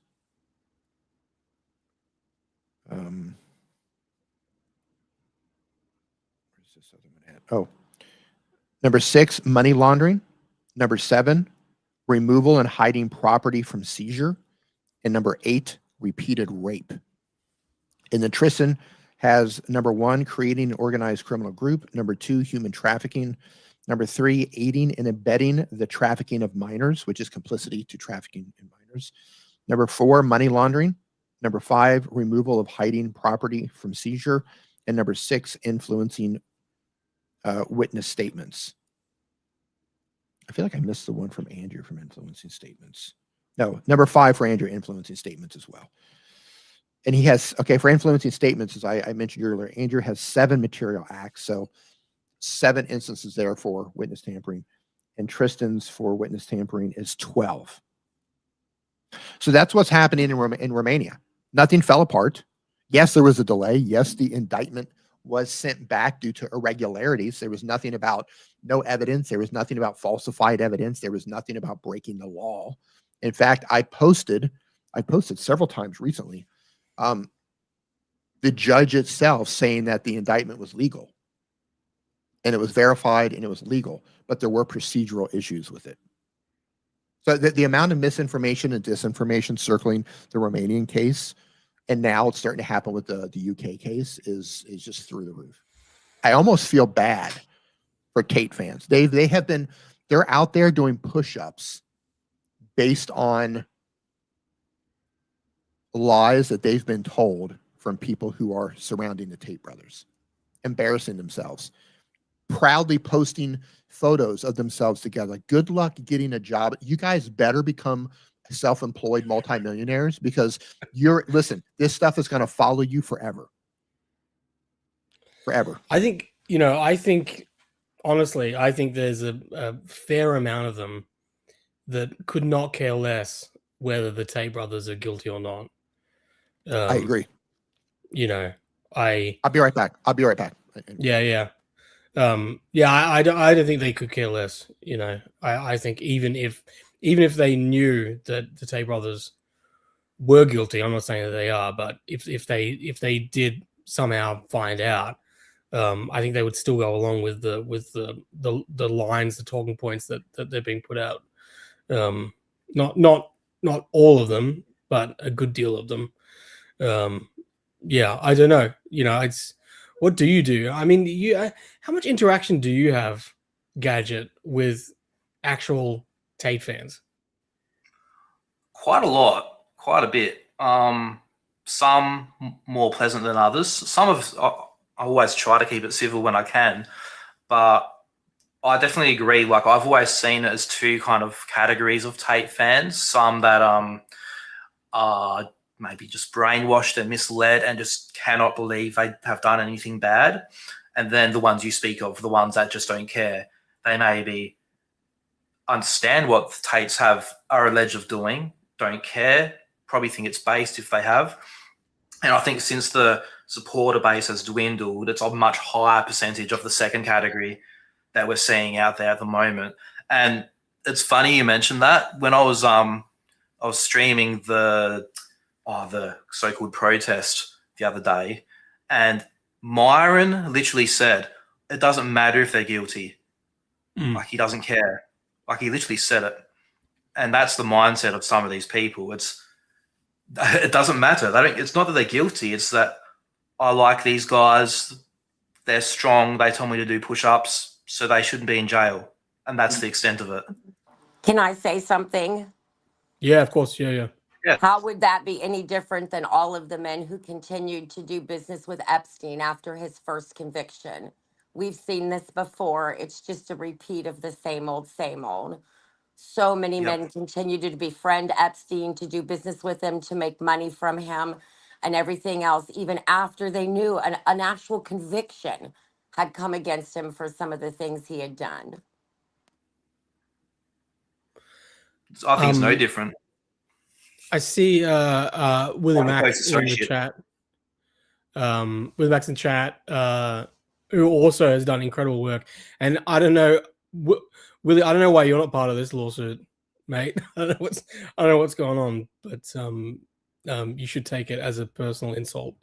Because I think you have every right to be. But he's asking you, Gadget, you ever find out about Rory, Cynic guy? He talked on Myron's stream like he was charged with something as well. We talked about that before. Well, to be clear, he didn't talk. So what he exactly said was that he's meeting with lawyers, and then I was just in the moment, it was live, remarking about what that was about. Like, I was just speculating, like, is he in trouble? Because when you hear especially someone associated, if you heard someone associated with Epstein is traveling back to the country to meet with lawyers, what would you think? That's how I was speculating. And he got really upset. He wasn't happy. I clipped it, and I just said, what's this about? And he took it, and a lot of Tate's fans took it as me stating as facts that he was committing crimes or something. Well, that's not what the words in the video say, boys, but okay. And now, again, he's not come at me for 3 years, and now he's started unblocking me and then leaving snarky comments. But yeah, like what, as Just Me was saying, like, and maybe not all the fans, like there's probably some that are brainwashed that with severe help there might be hope for them. I don't know. But like the close associates, like Myron and these guys, I look at them and I think the public should start thinking about them exactly as someone who was that closely associated with Epstein. Like, because again, the Tates have a right to a fair trial. They weren't convicted, but Epstein died before he was convicted of trafficking too. So I see it as very similar. Yeah. I mean, the Myron guy, the influencers that are still defending them are, I think they're pretty well moral degenerates, and it says everything about the Michael Francesi. I kind of, I don't know what it is. I kind of just pity the guy because I do feel like he's bought it hook, line, and sinker. I don't know. I'm not sure. He just seems like he's just a complete dummy. I'm not sure. So he is one of those guys where when if they are convicted, and I think there's a good chance that they will be at some point. I think he's one of those guys where he's going to be a little bit shell shocked that he welcomed them into the same circles with his wife and his daughters. So my issue with Michael, with Franzese, or Franzese, however you say his name, is a similar issue to what I have with Myron. They've both done one thing very similar, which is they've claimed to have read all the court documents, claimed to have read the indictment, all these things, and then completely lied about what's in them. So that I see as very malicious and very different to some people who might have been fooled.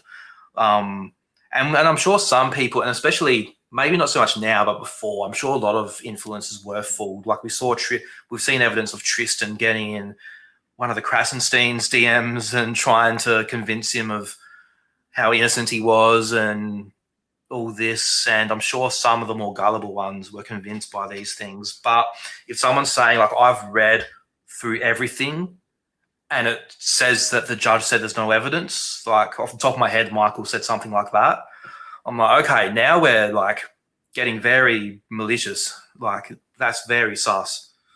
What his motivation is, you're just lying at that point. That's Yeah. that's the thing. You are lying, and I think that's where you could read into that lie that that he has knowledge. I read into that lie that he's just a blowhard who's pretending to come across like he's well informed, but he's not. But I mean, who knows? There's no love lost for Michael Francesi. Willie Mack saying, "You guys are getting sued because you dig up all the information influencers use to make vids on the Tates. He sues a YouTuber, there would be a lot of outrage. He sues you guys. A lot of people." I agree, because one thing I was going to say, Willie, is I think you're too big for them to sue. Honestly, because definitely. people with big platforms can go to their audiences to a bigger extent than we can, and that's part of the reason you why. you can use it for engagement. Definitely. No, I mean that's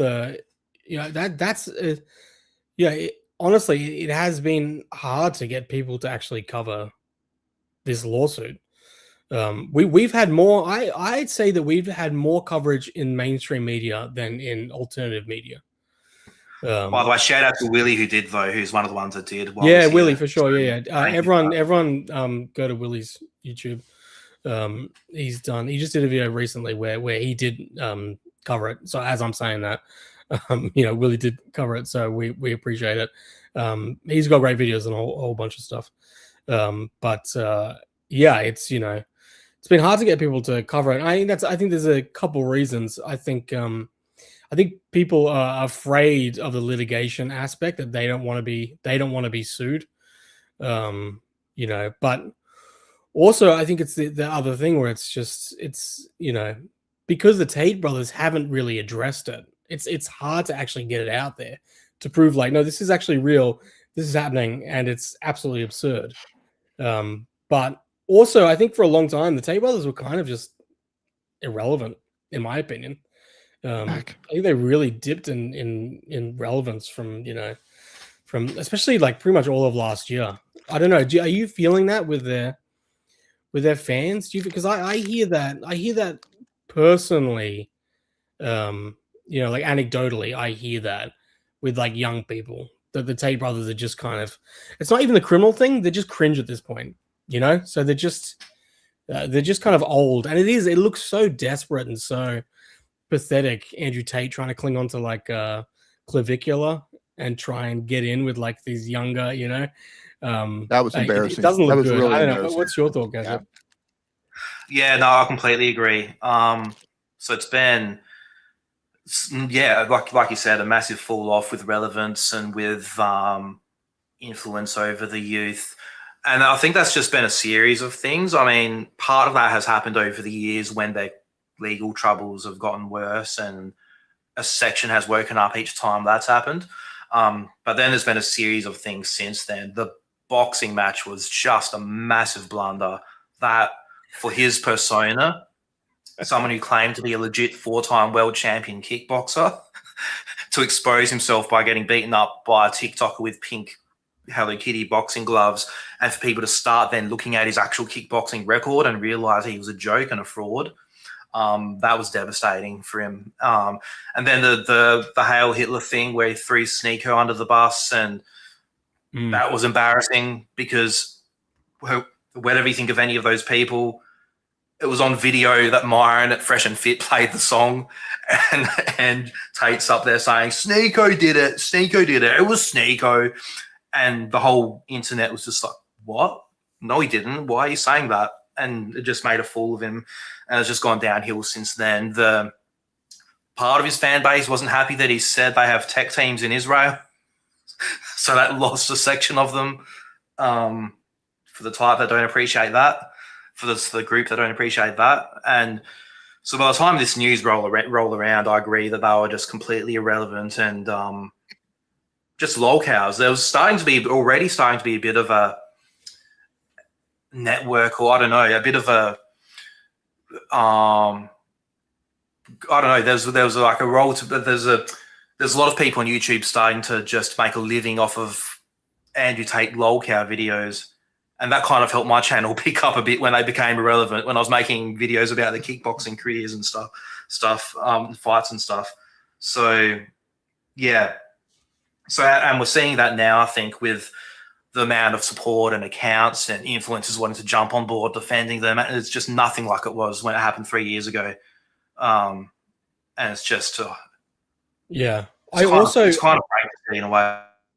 I mean, they're all in on Donald Trump. You know, in many ways that seems like it's their only hope of avoiding extradition. I mean, based on just McBride, their lawyer, and what he's saying. So I think there's that element as well, that Andrew Tate. I mean, he was seen as someone who was so subversive and unafraid to tell the truth. But it feels like he's absolutely shackled to Donald Trump, and he's completely unable to criticize Donald Trump in any way whatsoever. So I think that's quite interesting in this political climate today, because it was fine when Joe Biden was president. He could go to town on that. But now it's like Trump, and now he's in America, and now he's in solitary confinement in America. And I mean, all of his useful connections are, to do with the Trump administration. So there's an element of that where then you have someone like Sneeko who can absolutely go to town with him on all these, on all these different other things that Andrew Tate has to just toe the narrative line with. So I think that also hurts him. I think it's ridiculous. But go ahead, Gadget. I was just going to say, just real quickly, but with the Trump issue, that's where McBride is not helping, because he cannot keep his story straight. One minute he's going to go to Trump and ask for help, and then the next minute he's just tearing into the Trump DOJ and calling all the people working at the prison, they're all fat and they all hate me, and they're all and he's just calling the DOJ people writing up the court documents slurs. And what did he say about Marco Rubio? What did he threaten? His son. So he said he threatened his that, son. So what he said was that he has a son that plays college football, and he could have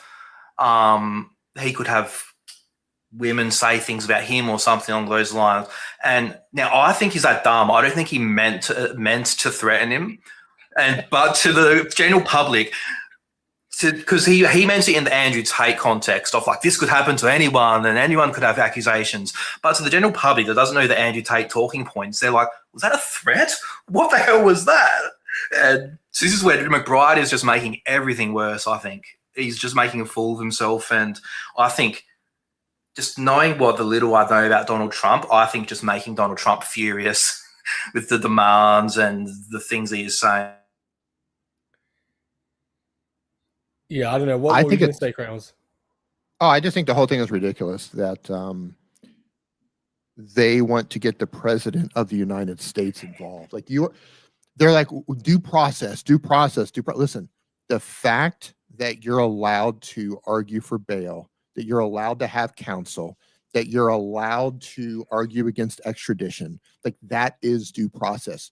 You are given due process. There's no violation of due process taking place right now. But the fact that you're trying to, or that you're saying that you're going to get the president involved, you're asking for special privileges at this point. You're not asking to be treated like everybody else. You're asking for the president of the United States to get involved because you think you deserve special privileges. And I think that's absurd. And Willie Mack is in the house, and he brought up a great point too. He says it's a bit of an oxymoron to claim that the government is super corrupt and then turn around and beg Trump for help. Right? And an interesting thing about what's happening now, and there's so much misinformation being shared around. So they're being held in U.S. federal custody under what's called a provisional arrest. And a provisional arrest is where one country says, we're going to extradite these guys, or we're going to request extradition, and we want you to hold them in the meantime so they don't go anywhere. It's lawful, it's allowed, and that's what they're being held right now. And we know that the DOJ in their latest filing had said that they're given special privileges already in the facility. They're not being held like normal detainees because they're not being punished. The hold that they're under, the detention, is administrative. So they said because it's administrative and it's not punishment, they're allowed special privileges. They're allowed to have visits. They're allowed to have phone calls, etc. So they're not being treated like a normal prisoner. So this whole thing that they're being denied their rights and all this stuff, it's just, it's nonsense. It's absolute nonsense. And that's why the DOJ called them out for that.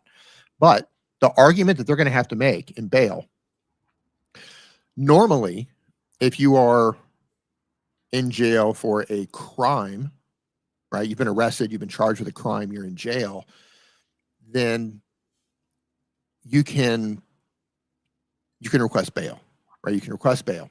And a lot of people will get bail. But in the case of extradition under a provisional arrest, bail is assumed against. So it's not like when you're charged and you're put in there and you're like, okay, I'm going to post bail, I'm going to get out and go to trial. That's not the case here. For a provisional arrest for extradition, bail is presumed against. And in order to get out on bail, they have to prove what's called a special circumstance. And another thing that they are spreading online, which is nonsense, is saying that, well, they're not a flight risk, and they went to all of the Romanian hearings, so therefore they're not a flight risk. Well, law is settled on this. Not being a flight risk is not a special circumstance. This is settled law. Not being a flight risk is not a special circumstance. A special circumstance could come from a medical condition or some very important reason, right? Like say one of them is in there and their health just deteriorates dramatically, right? Or some sort of extraordinary delay in the extradition proceedings, where they can say, okay, this is a special circumstance because it's taken extraordinarily long, and therefore we're asking for bail. But just not being a flight risk by itself is not a special circumstance. But the story that they're pushing is that they've gone to all their court hearings and they're not going to go anywhere. They're not a flight risk. But that's not the argument. And the burden of proof is on Tate to prove special circumstances. So it'll be interesting. I can't say for sure. I don't want to say they're not going to get bail, but I know bail is unlikely. And I know several lawyers that I've seen, Florida lawyers specifically, that I've seen make videos about this, breaking down how things work. None of them believe they're getting bail. I'm not going to say they're not, because there's always that freak chance. There's always that 1%. I never thought they were going to leave Romania, but I didn't expect the White House to get involved. So, yeah, I'm going to lean towards 99.99999% that they're not getting bail. And that tiny little wild card, just because you don't know. You don't know what's happening behind the scenes. You don't know what special favors are going to pull. But I know bail is very rare for this sort of situation. What about Tristan Tate being hungry? Is that a special? Oh, I love this. I love this. So the Bureau of Prisons, the BOP, and anyone can look this up for yourself. When you are in this detention facility, you're being fed 3 meals per day, in addition to your commissary, however you pronounce that, which I believe they're allowed to get once per week. So they're getting 3 meals a day. And you can actually read the menu. You can go to the BOP and you can see the menu of all the options that they have. Now, are they losing weight?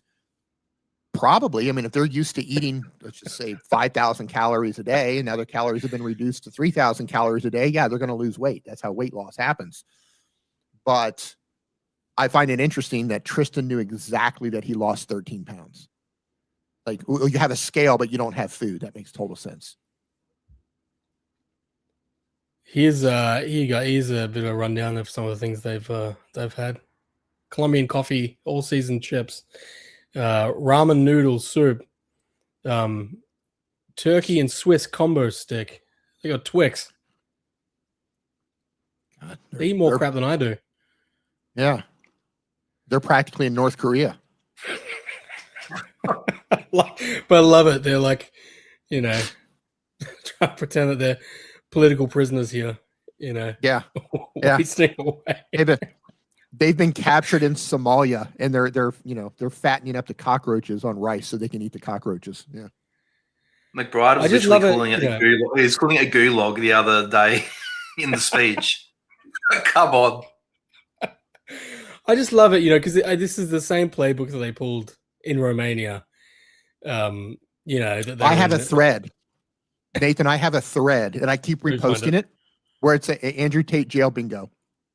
And I told everybody what was going to happen. I think here's what we're going to get, because as soon as you saw that they were starting the same playbook, I'm like, okay, here's what we're going to get. What we haven't had yet is a health emergency, but I suspect it's coming if they don't get bail. Please try to fake cancer again with the DOJ. Please try that. Yeah. But this is where it's just you know, this works in Romania because people don't know what the hell's going on in Romania, you know. Yeah. And when they think of Romania, they think of this like it's some sort of you know, third world shithole. And let's be clear. Corrupt from head to toe. Let's be clear. Jail sucks. Jail isn't supposed to be a pleasurable experience. They're not. One of the funniest things the DOJ said in their filing was they said it's not a Marriott, but, you know, and yeah, that's true. Like, you're not supposed to be living a comfortable life. It's fucking jail. It's jail. Like, you were going to struggle a little bit in jail. Yeah. And yes, that facility has had complaints. All the facilities get complaints against them. It's jail. It's not supposed to be, you know, they're not supposed to be in there ordering caviar and getting their steaks seared with the Tate brand on it and everything else. Yeah. But that's where it's just like it doesn't work. It doesn't work in America, you know, because you can just pull the receipts of what they're actually eating and just show it, you know. They just come off as complete crybabies when they pull this here. Yeah.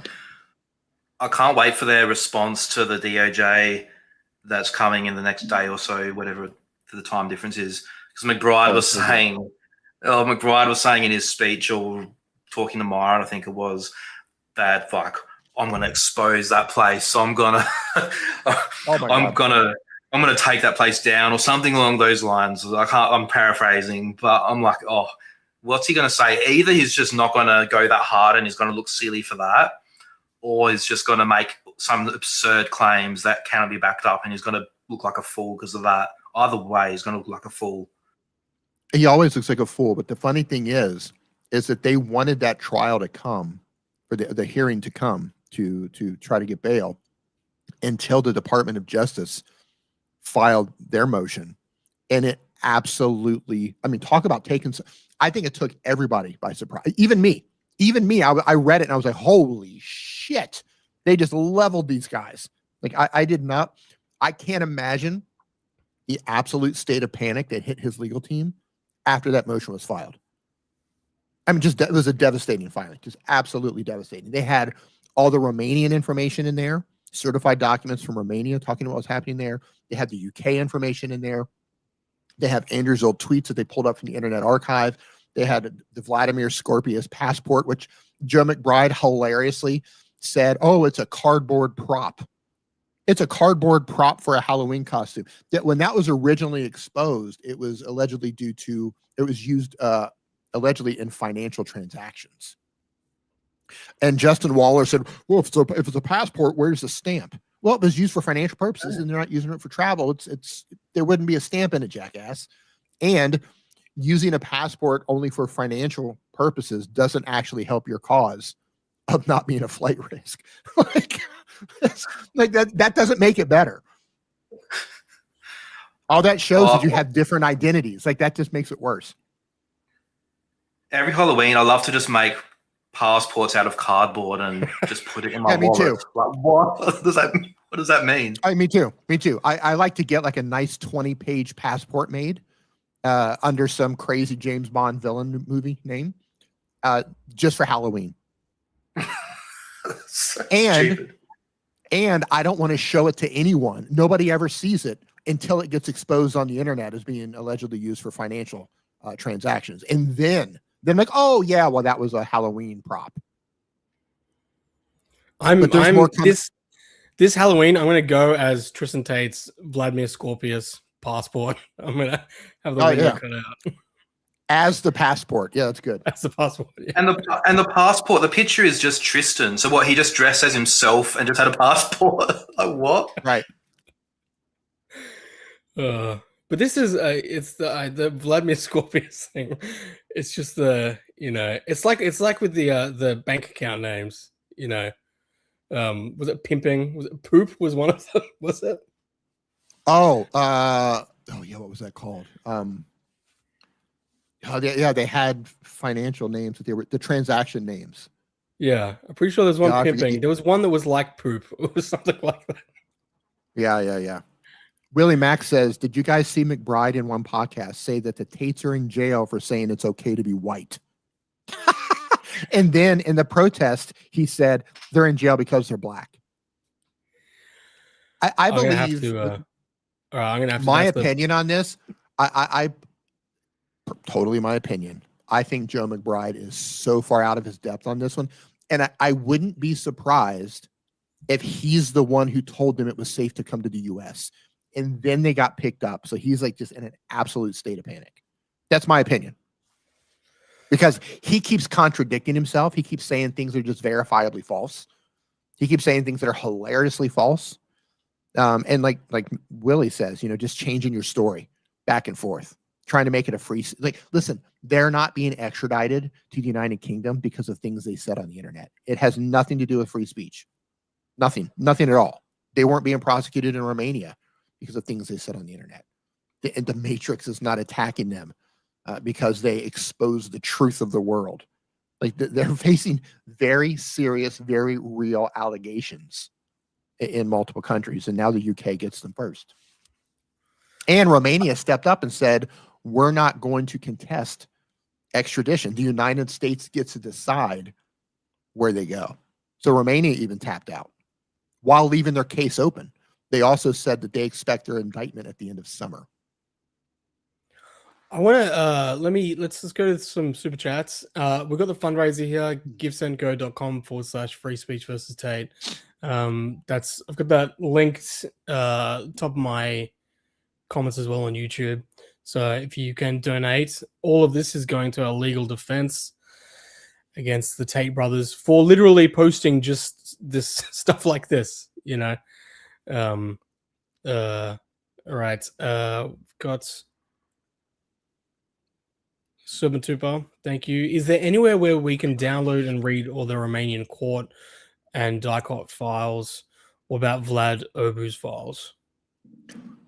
Good question. So Vlad Obu's files have been incredibly difficult to get because one of the young men arrested with him was a minor. So because there was a minor involved in the case, that's really difficult to get information. But we do know that trial has started. The Vlad Obu trial has formally started. It took them a while, but it started. In Romania, they just go to trial like once a month. And one day a month, they go to trial. And then they go to the next. It takes forever in Romania. Where in the US, you might go to trial every day, back to back to back until it's finished. In Romania, they just have, once per day. Well, at least that's what's happening with Vlad. In terms of the DCOT files, you can get some of them online still. You used to be able to email them through the Freedom of Information early on, for Romania's Freedom of Information Act, and they would send you redacted files. And every now and then, they would send you an unredacted file, which was pretty reckless. But that used to be the old way. But now you can go to hold on, I gotta get the name of it. There's two places in Romania. I think it's called, give me 1 second. It's called what is it called? You know what? Go to my timeline. And I have links to, I think it's called Rejust. Rejust.ro maybe is one of them. Romania has two court portals. And in those, you can search for the case number and you can get all the judicial decisions and all the arguments that the prosecutors are making. So you can see stuff from judicial control. You can see why the actual indictment was sent back. You can see a follow-up to that where the judges were talking about what was admissible, what's not admissible, that the indictment was legal, and all of that. If you search my account for those files, I'll usually in the second post down, I'll have links to the sources, and I believe one of them is Readjust. Yeah, I've got one. Readjust.ro. Yeah, Readjust.ro is one of them. So you can get some. You can get some up in there. You have to translate everything. Yeah, this is one source here to the Readjust.ro. Yeah. Yeah, there's another one, and it's slipping my mind right now. I haven't used it in a while, but you can get all of the major decisions here. All right. And they stopped sending out documents through the Freedom of Information Act. Now they only give them to accredited journalists, but they were giving them out to anyone for like that first year, maybe even longer than the first year. All right, Linda, which is crazy. Thank you. Chris, you and Crayons helped me to see what a fraud Tate was, because around COVID he popped up and said the right things. I thought he was okay, but once you see it, also love the Rob Noor stream. Candace uses the same tactics. Yeah, I mean, you know, that's I appreciate it. Yeah, I mean that's literally how I started on Candace, was through Andrew Tate. The first video I did on Andrew Tate, Candace was immediately flew to Romania and you know, did this just outrageous interview, and then Crayons and I did a response to Candace's follow-up where, as we were discussing, she just, it's one of the most disgusting things I've ever seen, what she did to this alleged victim. And she did on the Daily Wire as well. Yeah. Serban, I see Serban posting in here really quick. He says, I believe you mean portal.just.ro. Yeah, that's the other one. So one of them is Readjust, and then the other one is portal.just.ro. Yeah, there's two of them. Thank you, Marissa. Thanks, James. Thanks, cheap lady. What's the what is the status of the Romanian cases now? And how is the timeline of things looking? You know, because there was that window of time, correct me if I'm wrong, it was 5 years that they had.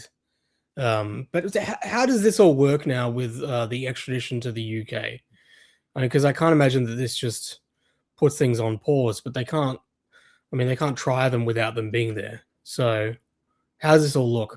Well, I don't know the legalities of that, but some countries will have an absentia trial.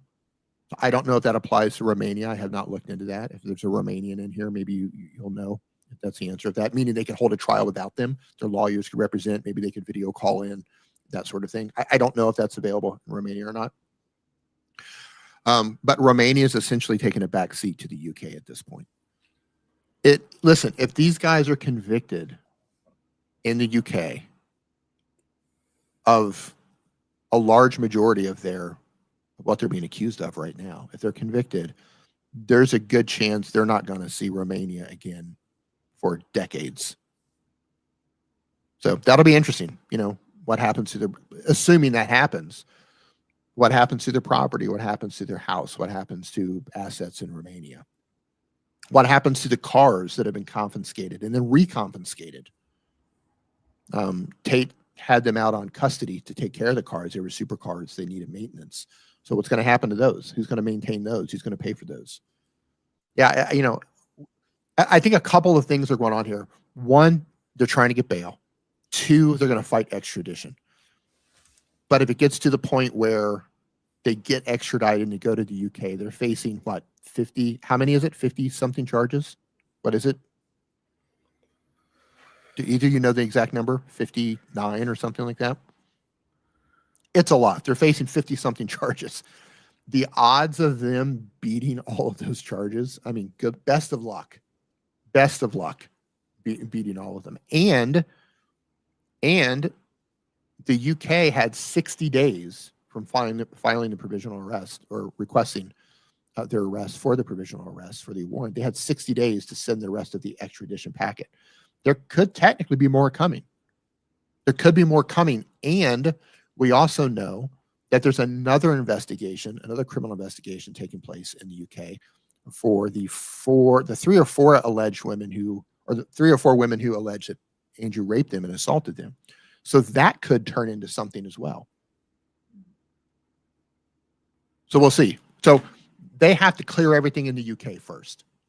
If by some freak chance they're not convicted and they're walk free, then Romania could request their extradition.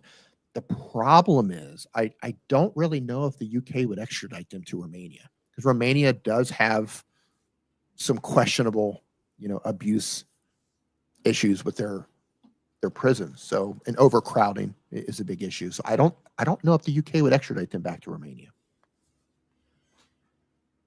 So it's tough to say. But if they make it to the UK, they have a huge battle ahead of them. 50-something charges. Like that's enormous. And there could be another case coming there as well. Interesting. What is the how is the timeline looking for the extradition process? It's still early days. But if you were gonna take a ballpark guess based on what you've kind of looked into with similar cases, you're saying it's unlikely that they'd get bail. But let's say that if they were to get extradited, is there any idea of what the time frame would actually look like for that? If they get extradited, I saw it may have been Matthew Jury or another UK lawyer say that realistically the trial would probably start in 2028 if they're extradited to the UK. So they'll have ample time to prepare a defense. This isn't going to be a situation where, they're extradited and they have no time to mount a defense and, their rights are being violated. They're going to have plenty of time to mount a defense there. In terms of extradition, it's hard to say. I've read varying things. It could take months. It could take a year. It depends. Like, they have the financial resources to really string this along, and they can appeal the decision. I think, don't quote me on that, but I think they can appeal that decision if it's decided to extradite them. So somebody says Romania does have trial in absentia. He says they tried and convicted a former mayor of Bucharest to 10 years for corruption, and he fled to Greece. So yeah, I guess that's a thing.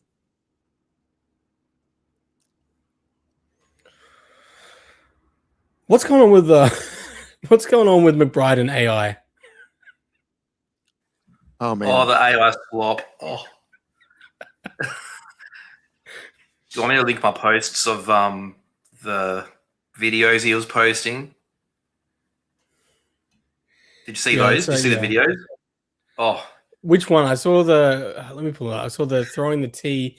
It's like, I think McBride just found out about American history. And so now he's all about, trying to, I don't know what. He's obsessed with the throwing the tea.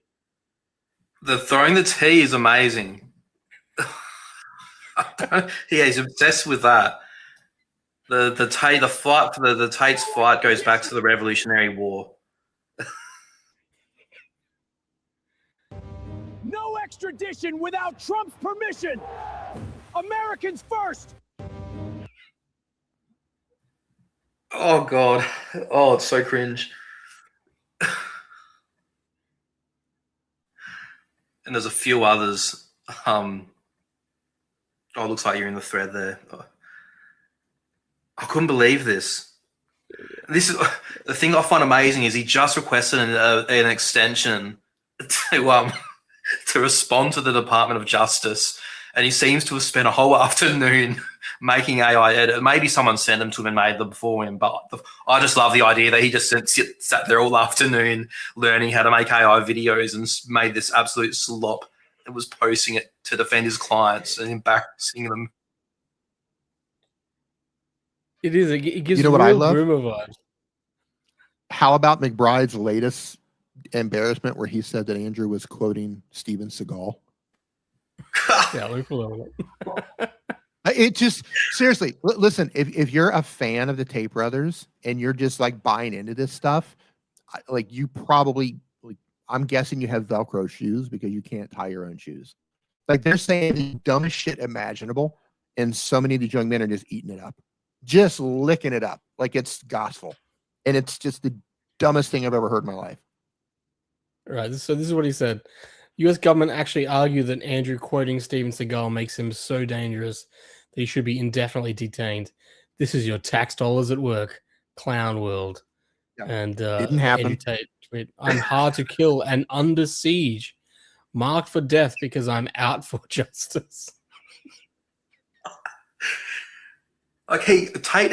I think Tate's arranged for someone to post this on his behalf from jail. This was his priority that he thought would help somehow. Oh God. So what is the, because I only just saw this before. So where does this come from? This idea that him quoting Steven Seagal, somehow they're arguing that he should be indefinitely detained. I don't know. It was out of the blue for me. I don't know. Like some of the things, like it got to a point. At some point, I thought McBride can't surprise me anymore, but he never ceases to amaze me. Just the things he comes out with, like, I could not have predicted this or the AIT throw. Dude, I mean, this seems like a 1-2.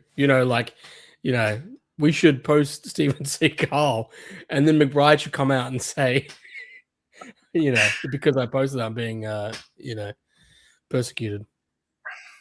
Can you imagine sitting in segregated detention in the United States, awaiting extradition to the UK, where if convicted, you could technically spend the rest of your life in prison with max sentencing for some of this stuff, or at the very least a decade or 2 or 4, while your lawyer is shitposting AI slop on the internet?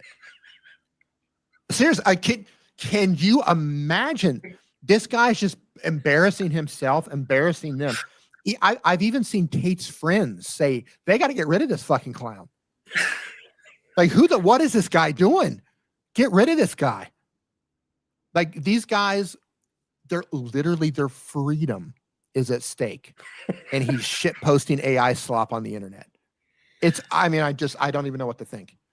The thing I love is I'm convinced all of this is exactly what Tate wants, and he thinks it's awesome. Yeah. In his mind, he might think this is cool. Like, hey, let's do this, and then it's cool, and then we're going to be able to get a couple more months subscriptions out of the real world. And just quietly, Tate says he can teach you how to be a millionaire from making AI videos. Play that video of Tristan. I am Vladimir Scorpius from Mexico. I am James Bond. I own 44 yachts and 159 tequila companies. And I own X too. Elon is not the owner. Sir, he is Bond and claims he owns X. We need to investigate this immediately. I am Vladimir Scorpius from Mexico. Whose voice is that? Any 12-year-old could probably work out how to make a proper AI Tristan Tate voice.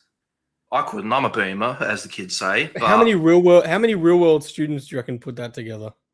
Right? Listen, the most Googled man in the world and self-proclaimed billionaires can't get a couple of AI kids out of the real world to put together even a halfway decent AI slop video. Like their lawyers posting this stuff. Seriously, like, can you imagine? And what's even funnier, Gadget, like you said, they're probably sitting in jail thinking, "Oh yeah, this is good. This is what we want." Like, holy shit! Like one of the funniest posts, I think it was Mukhtar or whatever his name is. He said they need to imprison Tate's lawyer too, just in case. They need to jail him too, just in case. Oh, that was hilarious. I mean, Willie. Good. No. I just like how long until McBride's disbarred? I mean, it's almost like he's trying to get problems. I've seen multiple lawyers just like, what is going on with this guy? Like, this is not lawyers do advocacy, right? That's part of being a lawyer. You can represent your clients, you can do advocacy work. But what he's doing is, like, I don't even know what he's doing. I had no idea what he's doing. And Willie Mack says, and this is true, he says, back up here, where'd it go? He said something about McBride. Here he says, the funniest part about Tate's lawyer is that he has represented other people found guilty of trafficking. Yeah, he was on Keith Raniere's appeal team, and they lost. And Raniere is facing 150 years. No, he was sentenced to 150 years in prison, which is funny because McBride said, he was talking about their charges, and he would say, I would never get involved with somebody like that. And he literally represented Keith Raniere. Yeah. Convicted of trafficking. It's a shit show unlike any shit show I've ever seen in my life, but I'm here for it. I'm so here for it. This has become entertainment on a level that I never expected. Well, but this is where it's just like they are not appealing to the general public at this point in time. They are just appealing to their, potential 10,000 students, trying to cling on to deal life. Because you do not put out someone like Joe McBride if you're trying to appeal to the normies. That's not who you put out. Man, 120 years. Thank you, Tech Nana. Not 150, 120 years for Keith Raniere. Yeah, you have Joe McBride talking about they're being persecuted like Jesus Christ. Like, what? Like, oh yeah, that's going to win people over. Comparing them to Christ. There you go. Chris, thank you. Q's the whole panel. What do we do about these narcissistic liars? The nature of the internet seems to favor them. Tate seems to be getting his karma, but it keeps happening.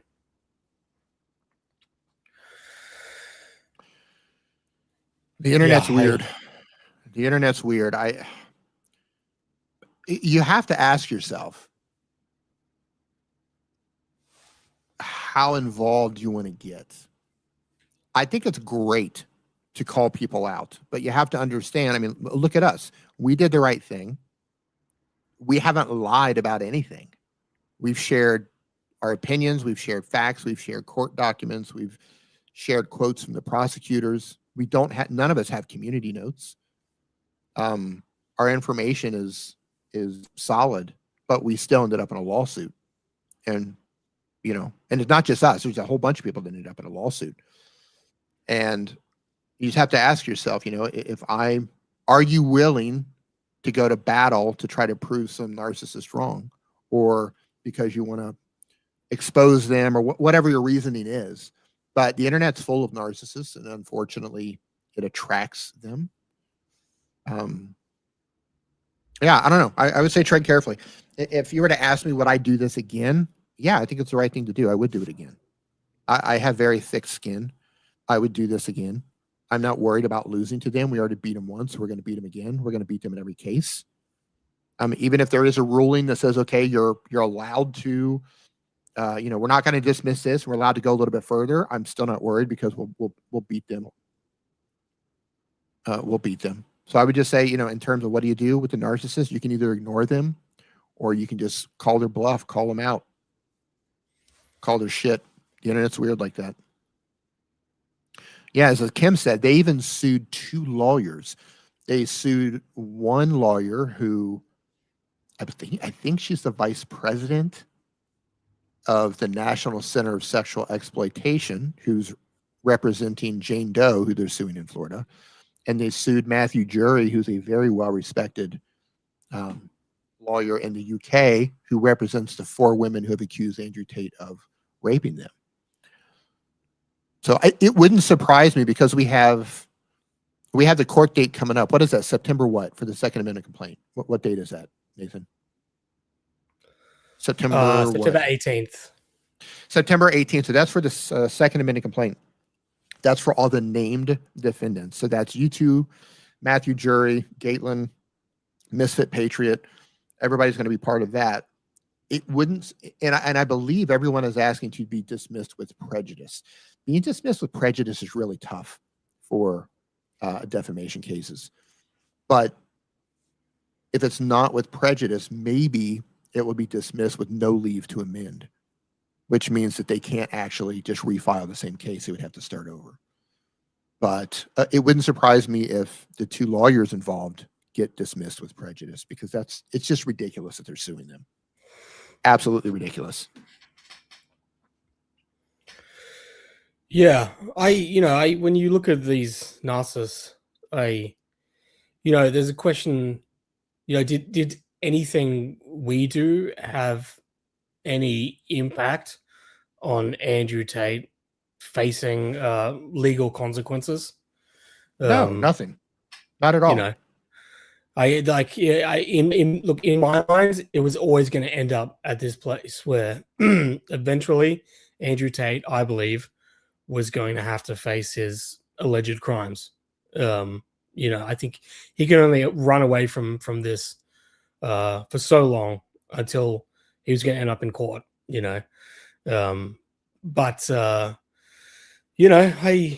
still had a following, and he was still being platformed by people who had reputations and significant followings. And he was, I believe, effectively making the lives of his alleged victims difficult. So weighing it all up, I believed it was the right thing to expose him. And like you, I'd do it all over again. I even think of it in similar terms with Candace Owens and exposing her. Nothing she's doing is going to have any real world impact on the Tyler Robinson criminal case. But what she's doing is having a real world impact on Erica Kirk, on a lot of Charlie Kirk's loved ones and friends and family.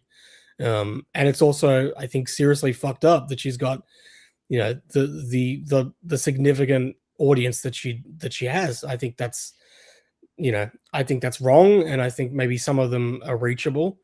But this is where, weighing it all up, I think the truth is important, and these are areas where I feel like I can, battle lies and bad faith grifters and narcissists. So that's what I do. But it's not for everybody. I was just DMing with someone who was getting doxed related to this, and she was crying, and she's deactivated her account, and she's terrified. And it's horrible. Like it's horrible. It's not for everybody. There can be real world consequences, and that's what we're facing. So I don't know. You do what you have to do, but you got to pick your fights as well. And it's just the right thing to do. I like to think of it like this. Imagine if when Jeffrey Epstein was doing everything that he was doing, and you had the ability, or you were able to come across information that you were able to share with the public, where you knew it was telling the right side of the story that was different to what he might be saying or his buddies might be saying. I feel like some people would feel that there's an obligation if you come across that information that needs to be shared. And the argument of, well, why are you focused on Tate?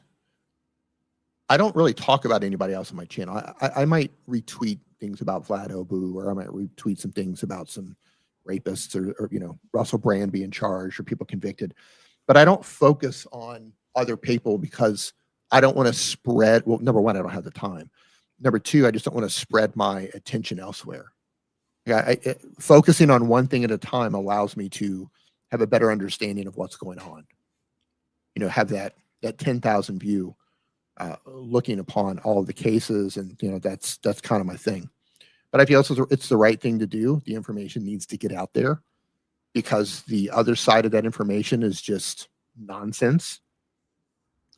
And I think if a lot of other people that are listening right now had access to this stuff, they would do the same thing. It's just the right thing to do. I mean, yeah, we're in a lawsuit, but I don't fear the lawsuit. It's still the right thing to do. He can't win. It's he fought a lawsuit that he cannot win. So, yeah, and that lawsuit is givesendgo.com/free speech versus Tate. So you can support us there. All right, let's play some more AI McBride slop. I own 14 yachts. I have 44 passports in 300 different countries. I am an astronaut. Elon is the second trillionaire. I am the first. And technically, I own the moon. Sir, he just claimed ownership of the moon. Ha ha ha ha ha. That's so funny. I own 14 yachts. But just in the context of like what he's responding to from the DOJ, it makes this so bizarre. Like he thinks it's a joke. Oh yeah, great job, Joseph. Keep it up. And that's the thing. They could have made this to be really funny and really good and really entertaining. Like that technology exists. They literally teach AI in the real world, and they made what is arguably some of the worst AI slop I've ever seen in my life. It's not funny. It's stupid.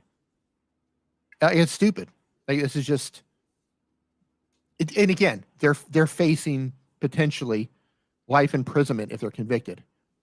Decades upon decades upon decades of convicted, and this is what their lawyer's doing. Holy shit!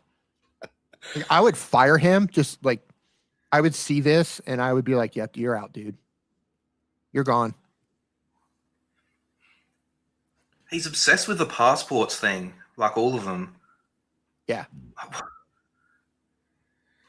Like find another argument. Like I don't know.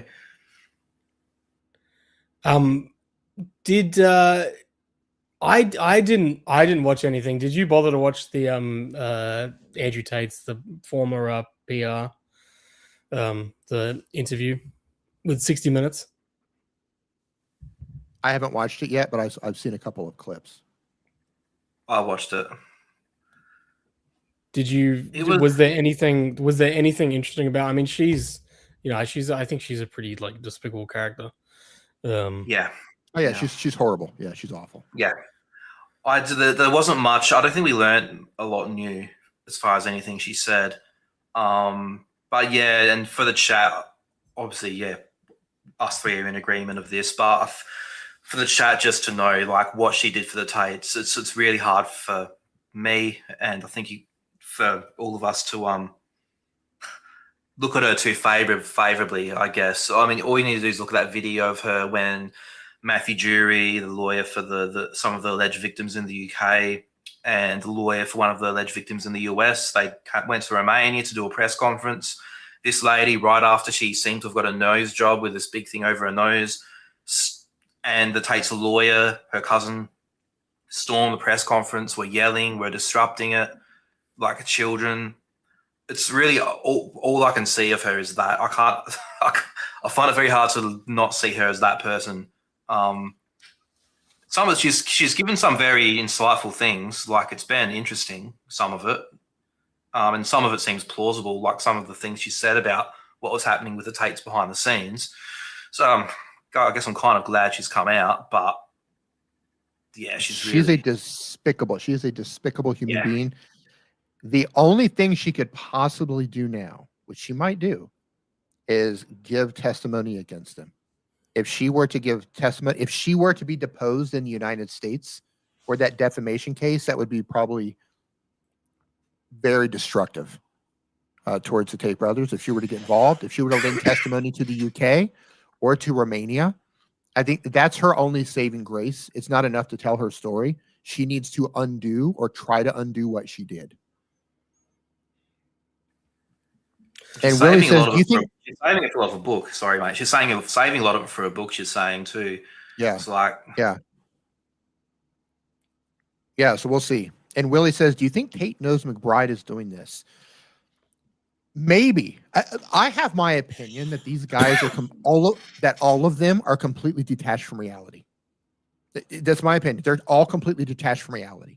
So they might be sitting in jail thinking that at any moment Donald Trump is going to open the door and welcome them to the White House or something. I don't think these guys are grounded in reality. So does he know McBride is doing this? Probably. Does he know how bad it's coming across? I don't know. Or maybe this is just a plan. Hey, McBride, you go out there and just make a mockery of this whole thing so we can just try to downplay what's happening. Like, it could be part of the plan. You know, throw McBride under the bus. He'll jump on the grenade, make a mockery out of everything, and then stay in the news, stay part of everybody's conversation. But yeah, but it's embarrassing. Like he's not doing them any good, in my opinion. But this is, I mean, you're talking about Mr. Suicide. You know, you're talking about, so it's like cringe is Andrew Tate's brand. I don't see the messaging of McBride that far off from what they were already putting out. I don't know. I mean, it just seems like it's whatever gets attention is really the aim of the game. Do you? My opinion on this is Andrew strikes me as the type of narcissist who is, number one, self-destructive and doesn't realize it, or maybe he does realize it. Did you ever see the movie with Leonardo DiCaprio, Catch Me If You Can, where at the end he would like call the FBI agent every year on Christmas? Like he wanted to play the games with the police. Right? Like that's the kind of mentality that I picture for Andrew Tate. Like, he thinks he's a genius, self-destructive tendencies. And he, think about all of the videos he made, all the tweets he made, talking about the shit that he was apparently doing. So courses on it. And then he makes videos saying, UK, come get me, UK. I'm in Hong Kong. Play those videos. Pull those videos up where he's begging for the UK to come and get him. He can't wait to go clear his name. And then the second they get him, oh my God, it's a totally different story. So I don't know. I don't know. I know his dad had some personality disorders or something like that, discharged from the military. It wouldn't surprise me if he's dealing with some of that as well, but who knows? Yeah, well, I always think of Andrew Tate. It reminds me of Goodfellas and the ending with Henry Hill, where Ray Liotta has to go into witness protection, and it's that whole idea of that this is its own prison and hell, because it's so just mundane compared to his life being a mobster. I think of that as Andrew Tate. Whereas, like the idea of Andrew Tate having to live a normal life and having to not, I believe, commit crimes, he just couldn't do it. I mean, we literally saw that with him going to America that last year. It doesn't appear that he could last a month without seemingly, allegedly, sexually assaulting a woman, getting into trouble for it. And that was him being a guest of Donald Trump. So, yeah, the guys, that's what I'm saying. It's like inevitably he was going to always end up in court, and I think likely in prison. Yeah, I don't disagree with that. Or like Denzel Washington in Training Day. The end where the Russians kill him, where it's like his time runs out. It's like that. Yeah. I mean, the guy was literally on Your Mom's House, one of the biggest podcasts in the world, and he's talking about the casinos that we mentioned earlier, and he was saying he's in business with the mafia, which it turned out was true. Yeah, I don't get it, man, but I agree. In my opinion, it was always leading to this. Like there was no other outcome but this, and it was always going towards this. And I believe that they thought that they were safe and secure in Romania because of the agreement that Romania had with the UK for those particular charges and that particular agreement, and they were led to believe that they were going to be safe. Come to find out, the UK has additional charges, and they made another agreement with the United States. So, yeah, I think they've been getting terrible advice. I think they should fire every lawyer who greenlit them and told them it was safe to go travel to the U.S. or do what they were doing. You know, even their own spokesperson, the one we were talking about earlier, she said they're unmanageable. That's the name of the book, Unmanageable. So perhaps even they were given advice and told not to come to the U.S., and they did it anyway. She also said in one of those interviews, she said that McBride told them the first time around that it was safe to come to the U.S., and then they got scooped up at the airport and all their devices were confiscated. So who knows? I don't know. I don't know if they're just some of the biggest idiots we've ever seen, or they're ignoring legal advice, or their lawyers are idiots. I don't know. I don't know. But it's the thing is, like, after last time when the devices got seized when they arrived, for them to come back is just mind-bogglingly stupid. Yeah. Well, let me play this, because this is a reminder of how they choose their lawyers. So before we found our lawyer, we met a bunch of lawyers here in Romania. We're like, look, I mean, speeding was a topic we brought up. And there was this, our lawyer's a G. Shout out to my lawyer. He is a G. But before we found him, we went and interviewed some bimbo in her suit who sat there and started talking about laws to us. Well, if you're banned from driving and you get caught driving, what's going to happen? I don't go see a lawyer to talk about the law. And she said, well, then you go to jail. And Andrew looks at her in the face and said, not if I have the right lawyer, I don't. And we left. Yes, right. What? You're telling me that I'm going to go to jail? Then why am I going to hire you? Failure. I walked in there and said, listen, I've committed multiple felonies. Am I going to go to jail? Well, probably. Well, then see ya. Bye. Why would I give you my money? You're useless. I went into some other man. I was a female. I went to a man's office, said, I've committed multiple felonies. There are things we can do. We could try this. We could try that. No problem. I make one call. You don't go to jail. There's no problem. No problem. We send somebody else to jail. We send him. He is the new Andrew. He shave his head and he go. I'm like, all right, it's cool. That's the lawyer I want. That's the lawyer I want. So nobody wants, when you're talking to your legal clients, don't start talking Mr. Legal Schmiegel. Because you think you sound smart. Well, I went to law school, and it says on page 40. We don't care about the law. It says on page 48 of the Geek Bible that Jesus Christ. I'm a nerd, and then Scott Adams called me.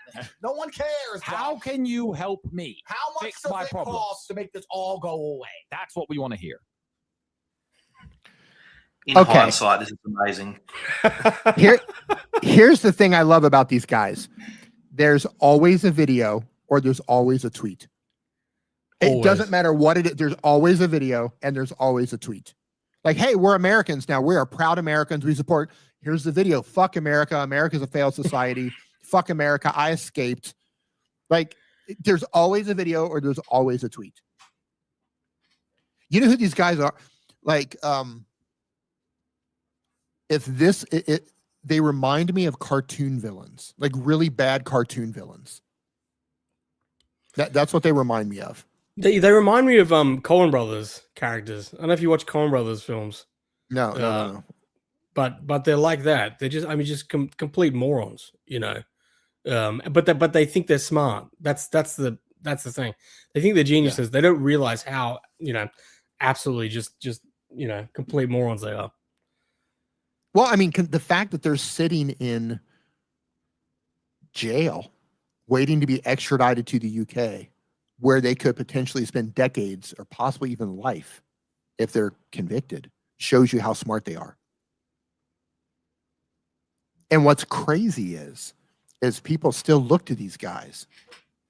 And I mean, look, okay, for those of you who don't know, they were sued in the UK for tax evasion and they lost the case. They didn't even try to defend themselves. They lost the case. They ended up losing like $2 million or something like that. And then they sued Meta. And then they lost the Meta case, it was one of the most brutal dismissals I think I've ever read. It was absolutely brutal. And then they sued TikTok, and then that was transferred to Singapore. And I believe that, I don't know if that's been closed down or not, but they're losing that. They lost their first case with us. Yeah, man, they're geniuses, but they claim that to be we're geniuses. They think that they're geniuses, but they're losing almost everything. Cases that go to trial, they're losing. Yeah, they've been able to string our case. They've refiled for our case. They sued X trying to unmask us. So those are new filings. They've been able to drag out the Jane Doe case in Florida for forever, but that doesn't mean they're winning. She just flipped the script on them with the discovery.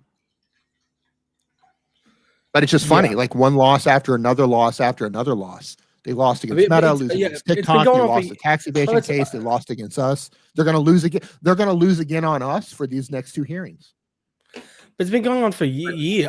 I remember when Andrew Tate, after it was one of the videos that I did with on Vivian, and he then posted, "Just wait till I turn up to court with her passport." And even then, I think he said that, I'm going to take them all. I'm going to sue them all. And it was the next month that he was charged with allegedly trafficking her as a minor. Like the next month. It's that just over and over again. Even now, it's like what was it? It was 2024 that they were just riding high of the irregularities found with the Romanian indictment, that they just kept saying the case, it's been dismissed. And now Romania is literally like, yeah, look, these are the charges. They're still here. Well, the Vivian thing was funny, where he was like, "Oh, I'm going to bring her passport to court, and everybody's going to be paying me." And then he ends up getting charged with trafficking her as a minor. Right? He's charged with trafficking her as a minor, and the UK, indecent images of a child, which I believe is 15 charges. 15 charges of indecent images of the child in the UK, and then trafficking in minors in Romania. And we talked about this in the last stream. It's countries can prosecute for the entire trafficking chain. So the fact that she started in the UK and then went on to Romania, Romania's charged him for the entire trafficking chain, where she was on My Free Cams as a 17-year-old. And they've had cooperation with My Free Cams on that. They have letters rogatory confirming her age. Her father confirmed her age, but her father also said some nonsense that she didn't go to the UK until after she was 18, but yet there's video evidence of her on cam before that. So I think her father was trying to cover for her, but he did. Her age has been confirmed multiple times. And for those of you who don't know, there are multiple websites out there. She worked under other names, and her content is still out there, and it's all dated. Don't click on it, don't watch it, but it's out there. No, but there's even still social media accounts, even on Twitter, that it's not pornography, but it has her. They're referencing her. Yeah. They're referencing her when she was 16. When she was 16 years old on still cam. there. Still there. You can find it. Like she's not naked, but yeah, they're like, here's so and so with a name, and you look at the dates, and yeah, she's a minor. Yeah. Yeah, if nothing else, I think that's what's going to get him. If everything else were to fall apart, I think that's the one thing that's going to nail his ass. Just because it's still online, and it's dated, and her date of birth, and My Free Cams is cooperating with authorities. Like, best of luck. But there's something to that, where it's like, I've always felt like that the fact that it could seemingly begin with Vivian, her being like his first girl, and then being the thing that brings it all down. There's something just so beautiful about that. Just the karma, the poetry of it all, Yeah. We haven't seen any more videos of her. They're posting videos from her from 3 years ago saying Andrew So Tate didn't traffic me. Here's an interesting tidbit. And I haven't been able to verify this yet because unlike Romania, the UK, it's really difficult to get information from. And then you have to be careful what you share about the UK when you do get information. But multiple media outlets said that 4 women had come forward, or whatever the number was. And if that's accurate, then that means she would have come forward. I don't know if that's accurate yet. I've been trying to confirm that, but multiple media outlets, they were talking about this particular UK case, and they said that these women came forward, and it was all of the women involved would have come forward. And if that's the case, then she would have turned on them. That I'm trying to get that confirmed. I don't know if it happened or not. I don't know if the media is just reading that wrong, but I'm trying to get that confirmed. If she turned on him, oh boy, that'd be something. I remember the last time that I saw her was she popped up on Instagram, and she was talking a lot about trying to set up a space, I guess you call it a safe space for women, and she was even referencing her ex and like alluding to being in an abusive relationship. You know, so that based on that, if you're going to take her word for it, which I don't know if you should, that was the direction that she was going, and she was passionate about that, about trying to create a space for women who'd been in abusive relationships. Like we've always said this, the what that would do to you if you had been, you know, groomed from the age of like 15, and to have seen the things that she done. I mean, I think that's a hell of a lot of, you know, I'd say if it's true, and you know, it's all alleged, and I believe, in my opinion, but I think it's a lot of trauma, a lot of like brainwashing and programming. That's hard to get away from. And like you were saying, Gadget, she was always like, you know, trotted out to give these statements to say that Andrew Tate's innocent, and you know, blah blah blah. So, well, his recorded jail calls, what we've seen in the Romanian documents, his jail calls were recorded, and he's specifically telling Luke to have her and Yasmina and Betty and anybody else they can find to make those videos. It's documented that he was instructed Luke to find these people, to get these people, specifically her, specifically Yasmina, specifically Betty, specifically a couple of others, to make those videos. And then he came back on another call and said, "Oh, get Viv to make another one. Have her say this. Tell her what to say." So like all of this stuff is so documented. And it's funny to me when they're releasing these videos now, they're trying to recirculate these videos with the same people that he instructed to make those videos. They're sharing these videos as if like, "Oh, wow, look at here's one of the girls in the Tate's case. She said they're totally innocent." Like, yeah, this is one of the times that's time stamped, and it's documented in the Romanian documents where Tate told Luke to have them make those videos. Like it's mind blowing to me that the fan base won't even take the time to read through this stuff.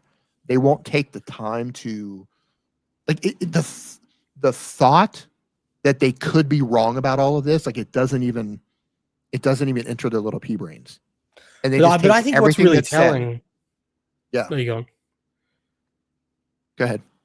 Well, I think what's really telling is that from what I've seen no videos, like no new videos of girls coming out. Right. They stopped. Right. Like where are they? All of the videos are old. So, you know, why isn't Vivian making a video now defending him? Why aren't there more girls that are coming out in defense? You know. Well, we now know because of the Romanian documents that were submitted to the Department of Justice. There's what was it 19? Was that the correct number? 19 people that the Tate brothers have been charged for influencing statements, trying to get them to not cooperate with the authorities through bribery and threats and everything else, according to Romanian prosecutors. And this is what they submitted to the Department of Justice. You can pull that up on the screen there. Nathan, you can go find that. So when you think about it, like, you know, how many of these women were bribed. I mean, we know the 15-year-old in the second case that Romania was building, where Andrew was charged with sex acts with a minor. We know she was 15 at the time. She gave a statement against Tate, and one of the charges he has was with her for allegedly offering her, I think it was 5,000 euros to not cooperate with the authorities, but he only paid her half. Like he didn't even come through on the one, like, what are you doing, man? Like you're gonna offer this 15-year-old 5,000 euros to not cooperate with the police. And he even bought her, according to the documents, he bought her a new iPhone that's clean. So when she went into authorities to extract the data off of her phone, there wouldn't be any evidence. And then he only paid her half, and then she just squealed on him. And then gave her the real phone. And then I think there's a wiretap that's involved in all that too. Like, yeah, if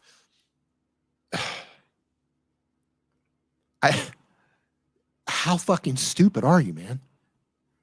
How stupid are you to get caught having sex with a 15-year-old and then bribing her and then denying following through on your bribe?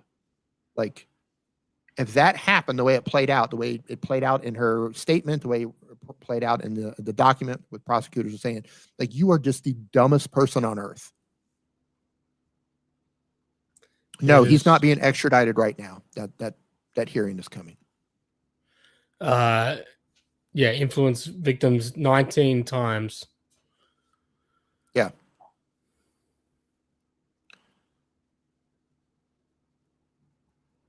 And what's another thing that's really funny is the entire Tate circle jerk of fandom. I love there's absolutely no evidence whatsoever. They're being prosecuted with no evidence whatsoever. Yeah, it doesn't work that way. It doesn't work that way in Romania. It doesn't work that way in the United States. It doesn't work that way in Romania or in the UK, especially in the UK. The UK has a full code test, which is a 2-step process before anybody gets prosecuted there. And the first step is the evidentiary stage, where they have to have enough compelling evidence for prosecutors to have a realistic prospect of getting a conviction. So prosecutors in the UK have enough evidence already that they're ready to go to trial for, and they believe is going to lead to a conviction. Like, that's in the UK. And in Romania, they have, in terms of, what's being used as evidence, number one, witness statements are evidence. Number two, witness statements are evidence. Alleged victim statements are evidence. Wiretaps are evidence. CCTV footage is evidence. Financial transactions are evidence. All of the data that was extracted off of all of their devices, computers, phones, all of it, that's probably the most damning evidence of anything else, in addition to the witness and the alleged victim statements alone. Like, all of that is evidence. So when you have forensically extracted data off of their phones, talking about doing certain things, they're kind of lucky they got out of Romania, because when that eventually went to trial, that would have been tough. And the funny thing is they talked publicly like, oh, they fabricated this. There's zero evidence of that. There's absolutely zero evidence of that. And I have the entire document, the follow-up to why the indictment was sent back, but I have the entire document, and I highlighted points of that where the judge said that everything was done legally. There was just some procedural issues that had to be dealt with. And they didn't argue against these chats. They didn't say, oh, they didn't tell the court, Decotter fabricating this. No, they forensically extracted them. And Tate's they went as far, and it caused a delay because they had this information for like 7 months, and they had a hearing, and they said, oh, well, we can't access the hearing, or we can't access the data. And then they made DCOT provide proof and evidence that everyone who used the software to forensically extract the data, that they were properly trained in order to extract the data. So they provided that. So all of that's uncontested. Yet their chat messages are incredibly, incredibly damning in the Romanian case. And then the witness statements and the statements from the alleged victims themselves. There's a lot of them who talk about blackmail. Statements about them allegedly going to tell their parents what they were doing if they tried to quit. Like, damning, really damning stuff. trying Yeah, to pull all up the threats. oh, here, I got it here. This is this is where, as what you're saying, it's like it's so damning what they were caught saying, and they managed to spin, or I believe outright lie, so much of it with zero to no pushback. This is one of the few times where they're actually confronted with their own words, and this is from Mircea, who's done the best work in Romania covering this. Mircea Barbu. And so this is where, this is one of the quotes from their phone. So this is Tristan Tate. Here we go. He says, mainly I'm going to slave these bitches, and I don't want to write the my free cam score. So when they start on my free cam score or stagnate, or after they're done video chatting, after all the chips can be taken out of the room, I'm going to change it and make them do more hours and hours and hours. I'm slaving over these bitches. No slave work, minimum 10 or 12 hours a day. Now, this is Mircea confronting Tristan Tate with that quote. Tristan, you said slave those bitches. Yes, I am. Slave the bitches. So do you still believe that? What's it? So you get the indictment, right? Yeah. Which is supposed to be evidence that I'm a human trafficker. Correct. And I called my ex-girlfriend, who says I'm innocent, a slave in the file. That's the big bombshell. Aren't you slave those bitches? Did you say that or not? Are you underwhelmed? Did you say that or not? Did I call my ex-girlfriend a slave in the indictment? You said slave those bitches. She is fighting for my innocence, and she knows I'm innocent. She's told all the judges and courts and decode that I'm innocent. If the fact that you get your hands on the indictment, you losers at the BBC, you pedophile harborers, and the worst thing you find in the indictment isn't anyone kidnapped, anyone chained up, anyone tied up. The fact that I called a girl who still loves me, my slave, and isn't a victim. You said slave those bitches.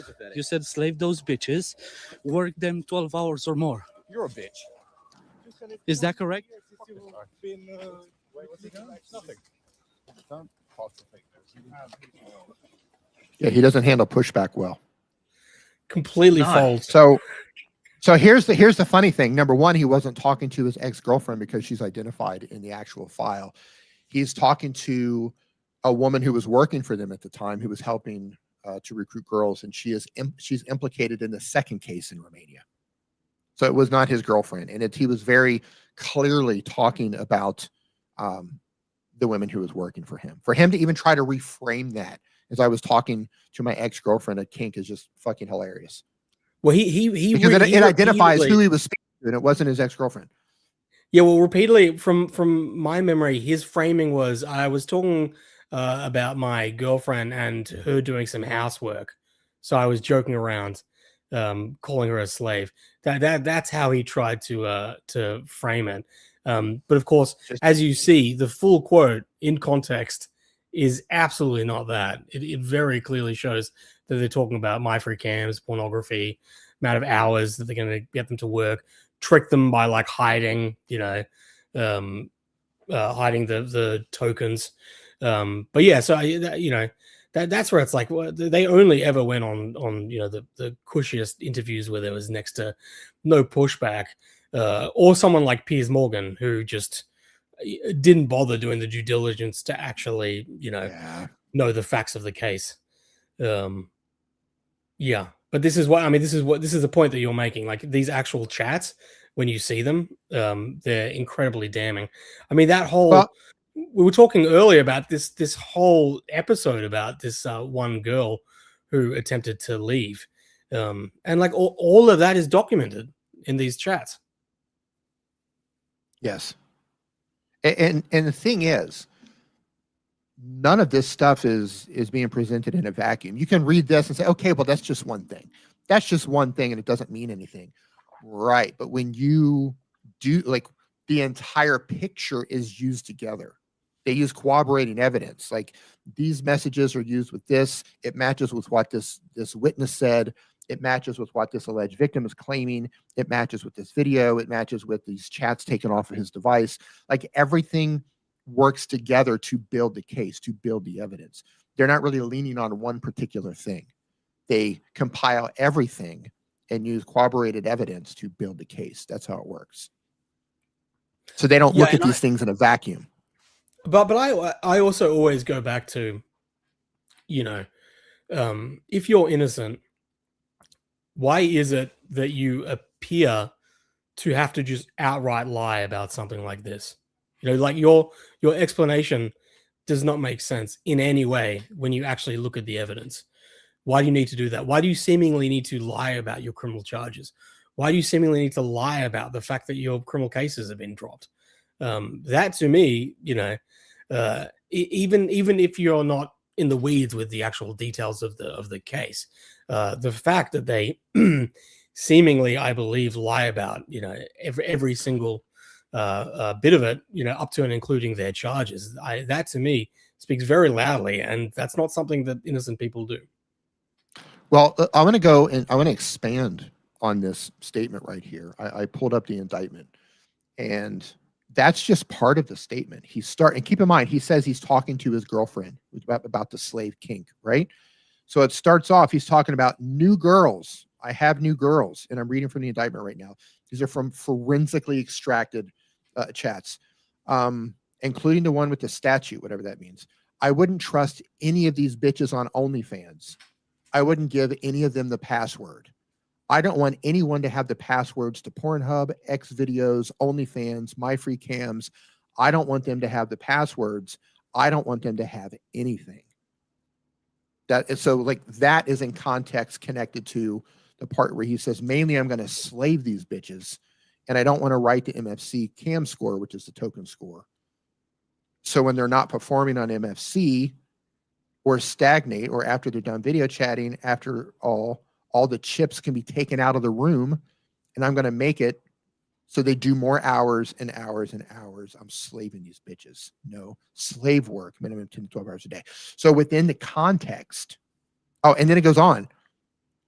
And then I guess she must have said something. They redacted that. And it says, that's fine. But as far as OnlyFans being run by us, I wouldn't really want to tell the girls that they can go live, because I don't want to tell them that they have OnlyFans.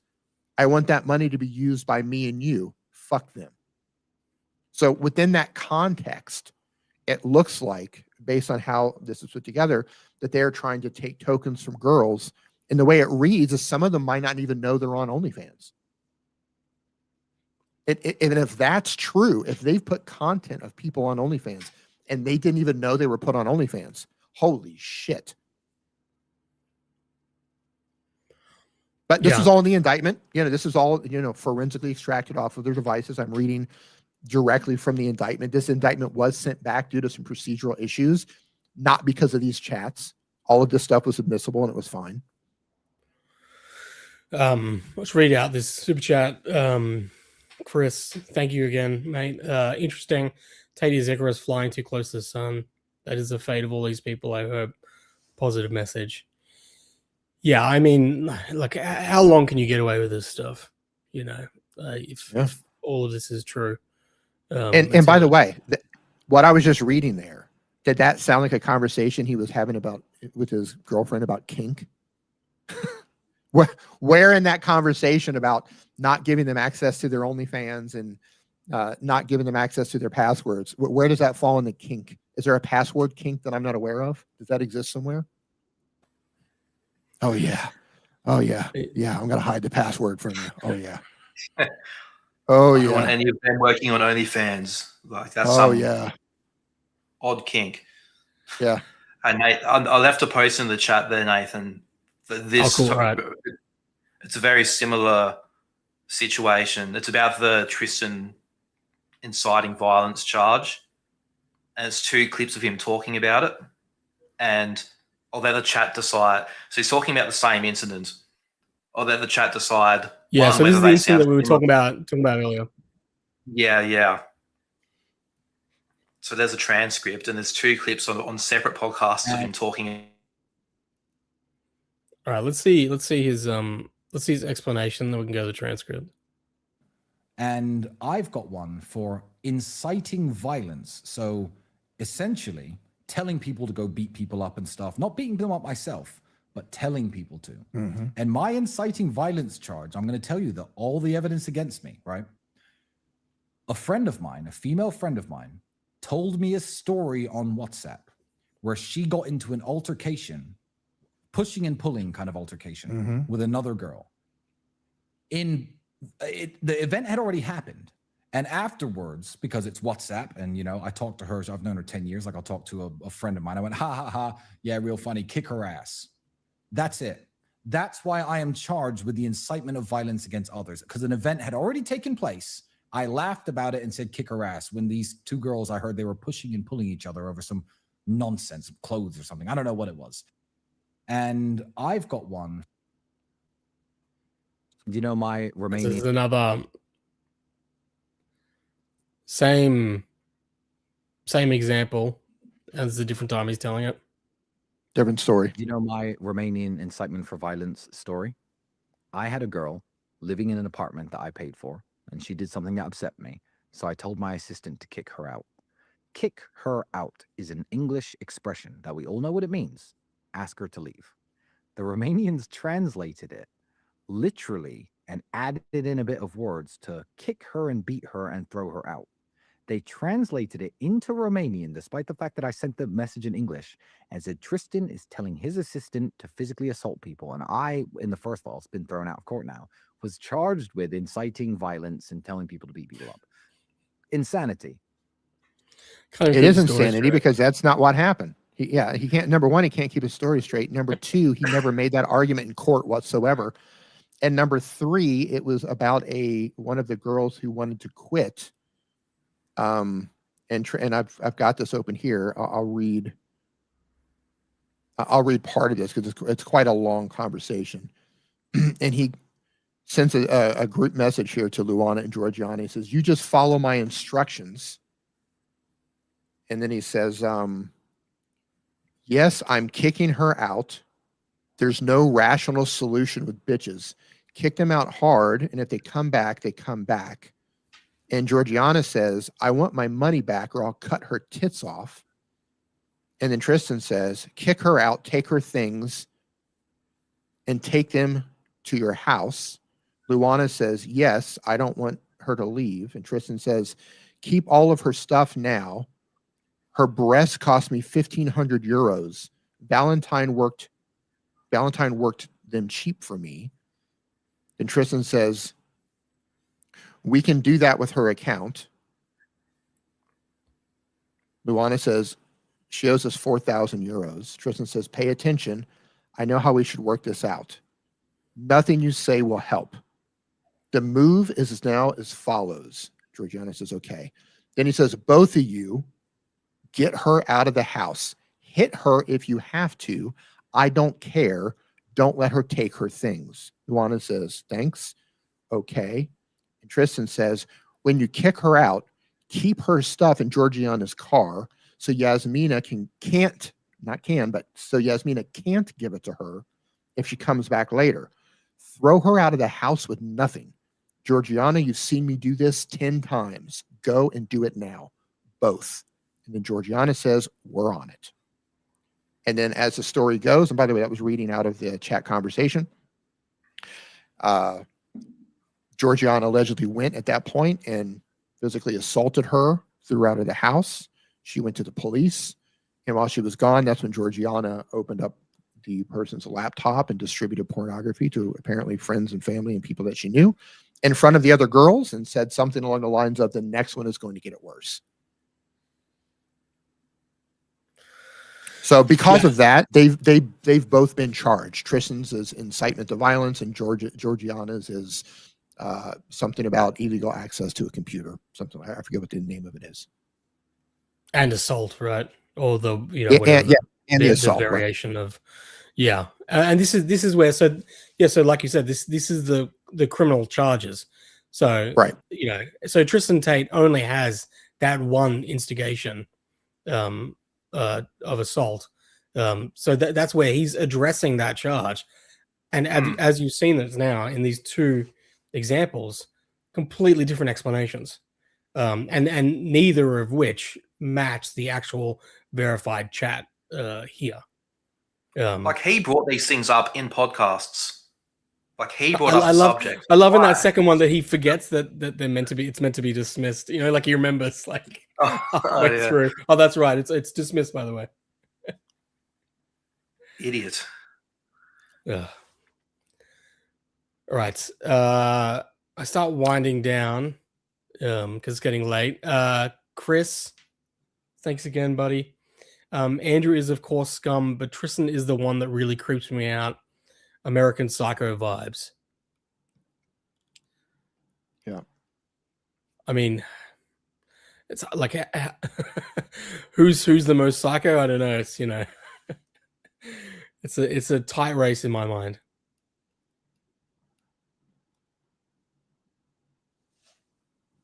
So somebody in the chat says, "Why are you skipping over a victim impact statement willingly? Post it. If you have it, post it, because there's nothing that I have in official documents that is verified as coming to their defense."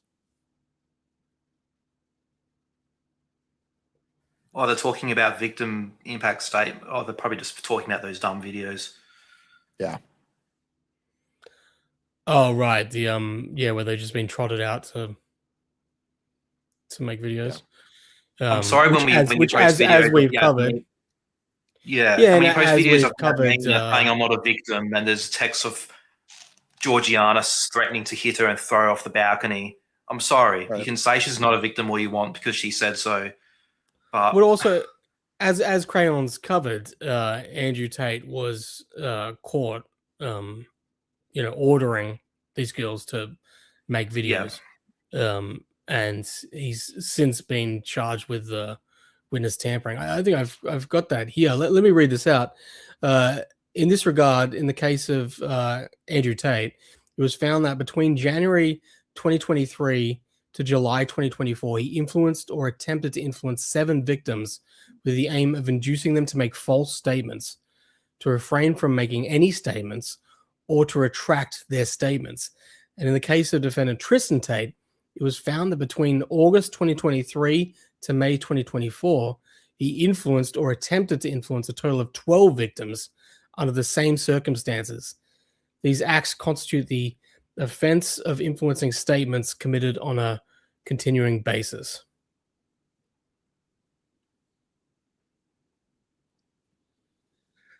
Yeah, it's difficult to say, it's difficult to say with a straight face that, oh, these women say that, they're not victims of these guys. That's what the women are saying. Number one, the Romanian documents show that his jail calls were recorded and he instructed Luke to get them to make those videos, number one.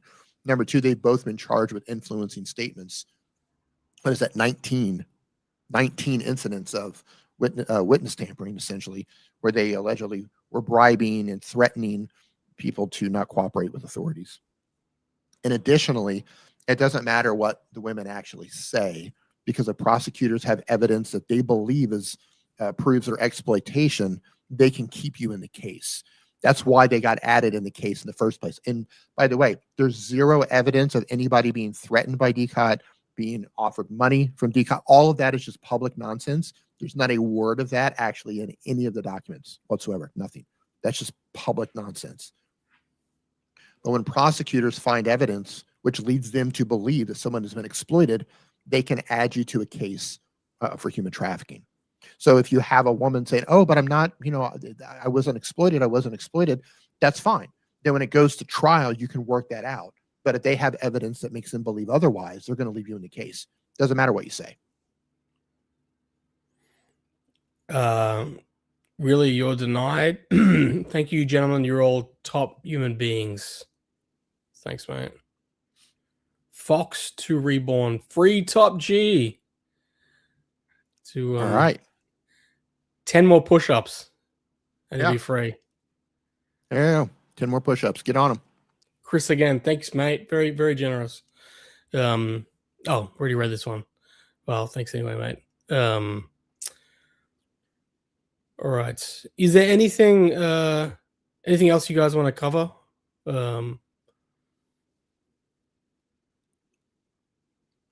Man. There's plenty to Well, cover. we've covered. Yeah, I mean, there's a. Go ahead. No. I think this is a good. We haven't done this in a little while, so it was good to just do a kind of a general chat to talk broadly about where things are at. But we've got these hearings coming up, and we've still got a fair bit to raise for our defense.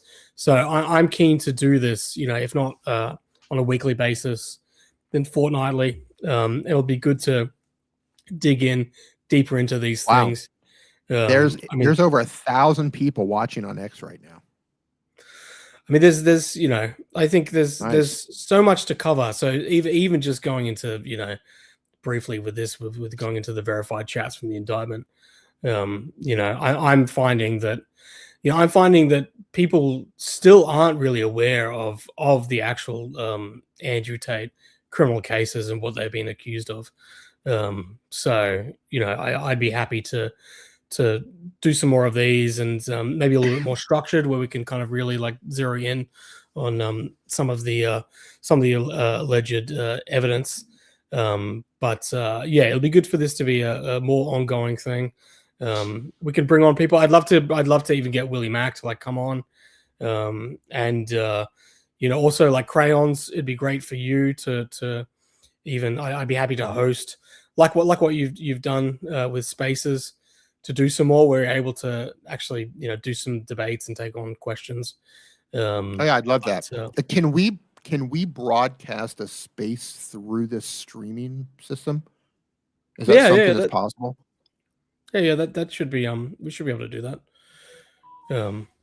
Yeah, I would love to have a space, and we can do it through your account here. And I was trying to connect this to my account, but I couldn't figure it out. I'm not the most tech savvy guy in the world. But no, that's right. Well, I've only been doing this for a month, so I'm still getting my head around it.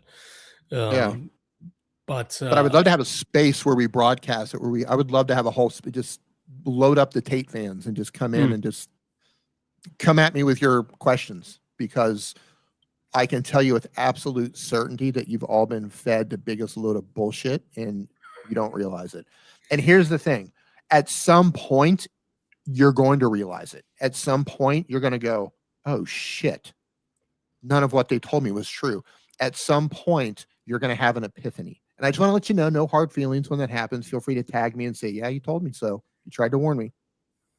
And I genuinely don't care what you think. I'm not trying to convince you, but I do think that you're doing yourself a disservice if you are being ignorant and not listening to everything. Like, if you don't want to hear what's actually happening, then it's your fault. It's your fault if you get fooled. It's your fault if you if you embarrass yourself and embarrass your family, or these pictures of you doing push-ups outside of his facility haunt you for the next 10 years. It's your fault. But if you want to hear why he's in this situation, I'm not saying he's guilty of it, but if you want to hear why he's in this situation, you should open your mind. Instead of, and I see some people in these spaces say things like, well, I don't even need to read the charges because I know they're bullshit. Like what? Like what? Oh, the UK is the most corrupt country. Well, Romania was the most corrupt country until the UK got involved. And now the UK is the most corrupt country. And the funny thing is, I forget what the name of the index is for, but I think it's like 2025 for the Law and Order Index around the world. The UK is number 14. 14th in the world, and the United States is like number 26. So they're like, oh, try them in the United States. But the UK's judiciary is ranked higher than the United States. Yeah, interesting. All right, let's play one more clip of this guy. I haven't seen this yet. I think you might be in this gadget. I think it's from one of them. Yeah.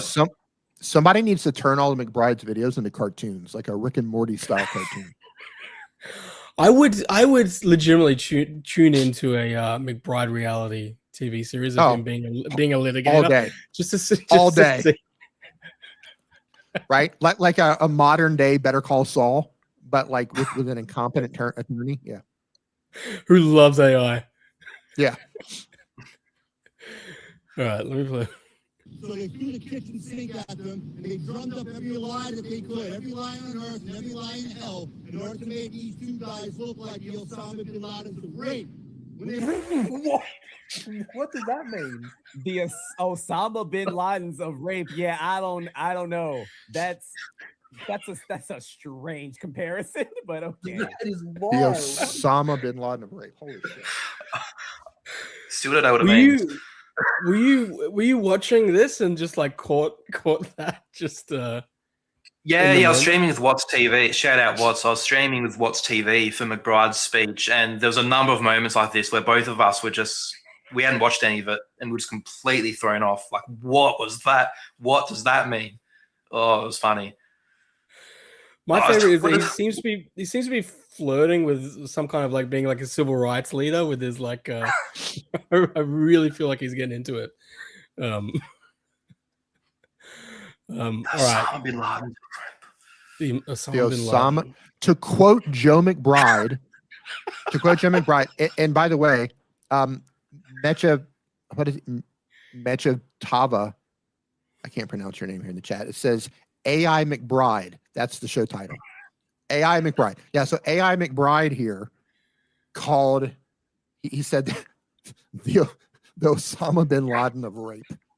What the fuck? What does that mean? What does that even mean? The Osama bin Laden of rape. And Tate's lawyer says it. Joe McBride said that. The Osama bin Laden. But maybe he could be like, well, that sounds like that's a good headline. Or Andrew Tate. Some call him the Osama bin Laden of rape. Yeah, what? And then after this, he was like, you know what? I think I'll go home and make some AI slop. Seriously, imagine this is your lawyer, and you're on. First of all, you've been charged in Romania with rape. You have been charged in the UK with rape. You're being sued in the UK for rape, and your lawyer's making jokes, calling you the Osama bin Laden of rape. Just Andrew Tate in solitary confinement, and still somehow he's like, why are people calling me the Osama bin Laden? Like, yeah. Where did that come from? I don't know, Andrew. I don't know where that came from. Yeah. Yeah. What? I have no idea. I don't know, but we're going to sue the people who said it. Yeah, why am I being called the Al Qaeda of human trafficking? Fuck. Like, I wonder if as that was coming out of his mouth, he was like, oh shit, I shouldn't have said that. Or he said it, and when he was finished, he was like, that went hard as fuck. Yeah, like, no, it's funny. Like, one of those at songs. the end of the clip, that's what I say at the end of the clip. Yeah. Right at the end, I'm like, he probably thought of this before the whole speech and thought, that sounds sick. Yeah, right. He was driving over there, just playing it back in his head what he was going to say. The Osama bin Laden of rape, and he's like, "Oh fuck yeah, that's it. That's what I'm going with on national television. That's what I'm going with." Man. All right, it's Leo Thompson. Thank you. Not sure if you've been over this yet, but do you guys think Tate will get a prison sentencing? If so, for how long? Decades, possibly. I'll go first. I have not seen the entirety of what's going on in the UK. I just know bits and pieces of it, but I do know regarding the some of it. I have seen regarding the indecent images. I'll say this: I don't know for sure. I don't know if he's going to get convicted. My personal opinion is he will be convicted of some of the offenses. And if he's convicted, he will probably do a significant amount of time in UK. For which ones, who knows? I mean, and I've mentioned this twice now. For the UK to charge them, before that even happens, they have to go through what's called a full code test. It's a 2-step process before they file charges. The first step is an evidentiary process where they review the evidence, and they have to come to the conclusion that the evidence that they have gives them a likely prospect of getting a conviction. So they already believe that their evidence will lead to a conviction, or at least give them a chance of getting a conviction. That's number one. If it passes beyond that, the second step is it has to be of public interest. So it has to be something that's, you know, worthy of going after. So it passed that, and the evidence step is the first part. So the fact that they have been criminally charged for this doesn't play in their favor. And because there's so many charges, I do, you know, it's a case. I expect maybe some of them will be defeated, but there's 50 something charges between the two of them. I just don't see a scenario where they're going to beat them all. My opinion, of course. And if they are convicted, I expect some significant prison sentence if they are convicted. What do you guys think? I couldn't speak confidently on this, to be honest. Yeah, I'm not sure. It's tough to say. I need to see more details. But the thing that I think is that, you know, if they do get extradited, if this goes to trial, you know, if the evidence is anything like what's in the Romanian indictment, exactly, or from what I've heard, or some things that I've heard about what happened in the UK, then the reputational damage is going to be just, you know, extreme. Because I mean, we can joke about this stuff with McBride, but I mean, some of these allegations and the things, they are truly heinous allegations, and the British press are going to be ruthless if this stuff comes out, and that's going to do, you know, I mean, that's going to just do an incredible amount of damage. One thing I've always said from the beginning of this is I've like, when it comes to rape charges and rape allegations, that's always tough. Rape is difficult to prosecute. Always has been, always will be. I've never thought confidently, just based on historical information, right? It's hard to, first of all, it's hard to even charge somebody with rape. And then it's even harder to get a conviction of rape. So I think it's highly possible that maybe he'll dodge some of those, possibly. Maybe not. But the things like, you know, human trafficking allegations, child pornography, extreme pornography, I think that's where his real battle is going to be, especially the indecent images of a child. I think in the UK, based on what we currently know, in my opinion, the indecent images of a child is probably going to be his biggest battle. I could be wrong, but based on what little I know, yeah, in my opinion, that's his biggest battle. Gadget, did you want to? Yeah, I mean, like you guys said, if you're looking at specific charges in the UK, for every single one, it's definitely tough because there's very little information. Yeah, really, at all of them, it's the indecent images of a child is unless there's another minor from the same time frame, we have a bit of an idea. Right. Yeah, but so it's very speculative, but just seeing how these guys operate, like you said, what we've seen in Romania, just for Andrew's like alleged rape allegations, the way we've seen him taunt women, and we're seeing that again, I think, who have accused him of this. I find it very hard to believe that there's not going to be enough evidence to put him away for a long time. Again, it's only speculation, but what's very interesting to me as well is if they do get a lengthy prison sentence in the UK, which I feel is likely, what the Romanian case looks like by the time they've served a number of years, what's happening in the US with the federal investigation there, the Florida investigation there, which McBride keeps saying has been dropped, but I'm not so sure we've seen evidence of that. So it'll be very interesting for me to see, like, if they go to the UK and are convicted, whether it's a case of there'll be more sentences in other countries waiting for them. I think that's a very interesting prospect. I tend to, oh, hey, Justme, you're back. I would love to get your opinion on this here in a moment. I tend to lean towards, because we've seen a significant amount of evidence come out of Romania, chat messages off their phone, witness statements, statements from alleged victims, financial information. And now we're seeing this in the UK. We know the Department of Justice has them under investigation. And I tend to say that there's so much smoke between all of this. There's so much smoke that, in my opinion, there has to be a fire. And I know a lot of people say, well, why is the UK all of a sudden doing this? And how are they able to pull things back from 2000? First of all, you've heard of the statute of limitations. Everybody's heard about that. And the statute of limitations doesn't run out for some offenses.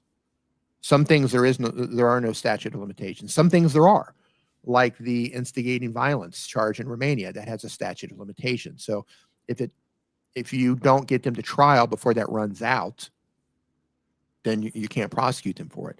But certain offenses are very serious, and there is no statute of limitations on them. And I believe, based on documents that we've seen in one of Romania's recent documents that they put out, was that they were cooperating with Romania and the United States on cases. And I don't think it's a coincidence that all of the UK things fired up again after Romania extracted all of the data off of their devices. I think there's a connection there. If I were to bet money on something, I would bet that Romania extracted a gold mine of information off of devices, and they shared it with the company or the countries that they needed to share it with. I'm speculating there, but it happened in that order. After Romania took that information and had time to process it, then the UK, like all this stuff started happening in the UK. The tax thing happened in the UK. After Romania got that information, all of a sudden they were sued for tax evasion. Then a criminal case, and then another criminal case. So I feel like those are connected. And that's why some charges don't have a statute of limitations, because if you come across evidence later that leads prosecutors to believe that, okay, well, they may have done this, and we just come across this new information. That's how cold cases get solved, right? Cases that haven't been solved for decades sometimes. Sometimes they find some DNA or bones in a backyard or something crazy. They can reopen those cases. So I think that's what happened here. And well, Jesse, I mean, I mean that would make sense, especially with Vivian. You know, hypothetically, if she was one of the alleged victims in the UK, had to do with the you know, the indecent images of a minor. Well, I mean, you're right. Romania was able to establish a date of birth with Slovakia, and you know, I always thought that it's like, well, you know, if they can charge him with trafficking her as a minor to do pornography in Romania, then why couldn't they do that in the UK? They technically can. They technically can. I was speaking to someone in the UK. Just like how the US has extraterritorial laws where they can prosecute Americans who violate certain laws, whether overseas, apparently the UK can do that as well. Will they? I have no idea. But apparently, if the UK wanted to, there are certain offenses that took place allegedly in Romania that they could technically prosecute for in the UK. I don't know if they will, but I think technically they could. The important thing is we know based on documentation that Romania has said that they are cooperating and working with the UK and the United States on this. So as such, you can imagine that the evidence and all the information they have is just flowing in all directions. And they're probably deciding who has the best shot of doing this based on jurisdiction, when things happen, how things allegedly happen. I would suspect there's a lot of conversations going back and forth here, because this is huge. Like, this is huge. You know, you're under investigation in the United States. You're prosecuted in Romania. You're prosecuted in the United Kingdom, and all of the allegations are similar. They all have crossover. This is huge. And the wheels of justice turn very slowly, especially when you start talking about multiple countries being involved and people who have lived in different countries and have banking in different countries, and some of the alleged victims have gone back and forth. Yeah, it's huge and it's slow. No, you're But we'll right see. though. I mean, because it does involve different. I mean, even in the Romanian indictment, one of the rapes that isn't included, but it is described, took place in the UK. Exactly. She was alleging. She alleged in that he was choking her. She thought she was going to die, and while he was choking her, he was punching her in the side of the head. And as a result of the strangulation, it burst the blood vessels in her eye. And apparently, according to the document, she has medical reports of this. So I'm going to guess she's one of the alleged victims in the UK because she's from the UK. Yeah. Here we go. Here's one. Peter Wilson. Thank you, Peter. Good question. I don't like Tate, but who's to say this whole thing is not being exaggerated by the women? Who's to say they're not making up the allegations? I don't like Tate, but or at least exaggerating what actually happened. That's the Andrew Tate fans. Sorry, Marv, that's the Andrew Tate fans script. Yeah, well, that's not. Do you know what? I do see a lot of people who say, "How do we not know this isn't part of the Me Too movement?" Yeah, let's talk about that. Can I take it? Yeah, for Can sure. I take this one? Okay. Number one, the prosecutors in Romania are not prosecuting based on what the women said. I believe there's some of that in the UK for the women who are alleging that they were raped. But I know in Romania, prosecutors found the evidence through a very thorough investigation. They found evidence which led them to believe that these women were exploited. Only then did they get statements from them after they were identified. That's what we know from the Romanian side. So in Romania, this wasn't a case of all of the, and there's Romanian documents say that there are currently 46 alleged victims in the Romanian case that they have currently. 46. And 3 of them were minors at the time. 2 of those minors ended up with charges for trafficking in minors and sex acts with a minor. So only after the investigation did those women give statements to the authorities. So that's a Romanian case. In addition to all of the chat messages that were extracted off of Tate's devices that align with some of the statements that these women have made after they were identified as possible trafficking victims. In the UK, we don't have the details of the level of evidence yet, but we do know it passed the full code test, and evidence is one of those. But we also know for the indecent images of a child and extreme pornography, that's something that they would find. That's not something that a woman would necessarily go to the authorities and say, hey, I've done extreme pornography for this guy, right? This is something they would have identified and reached out to that alleged victim.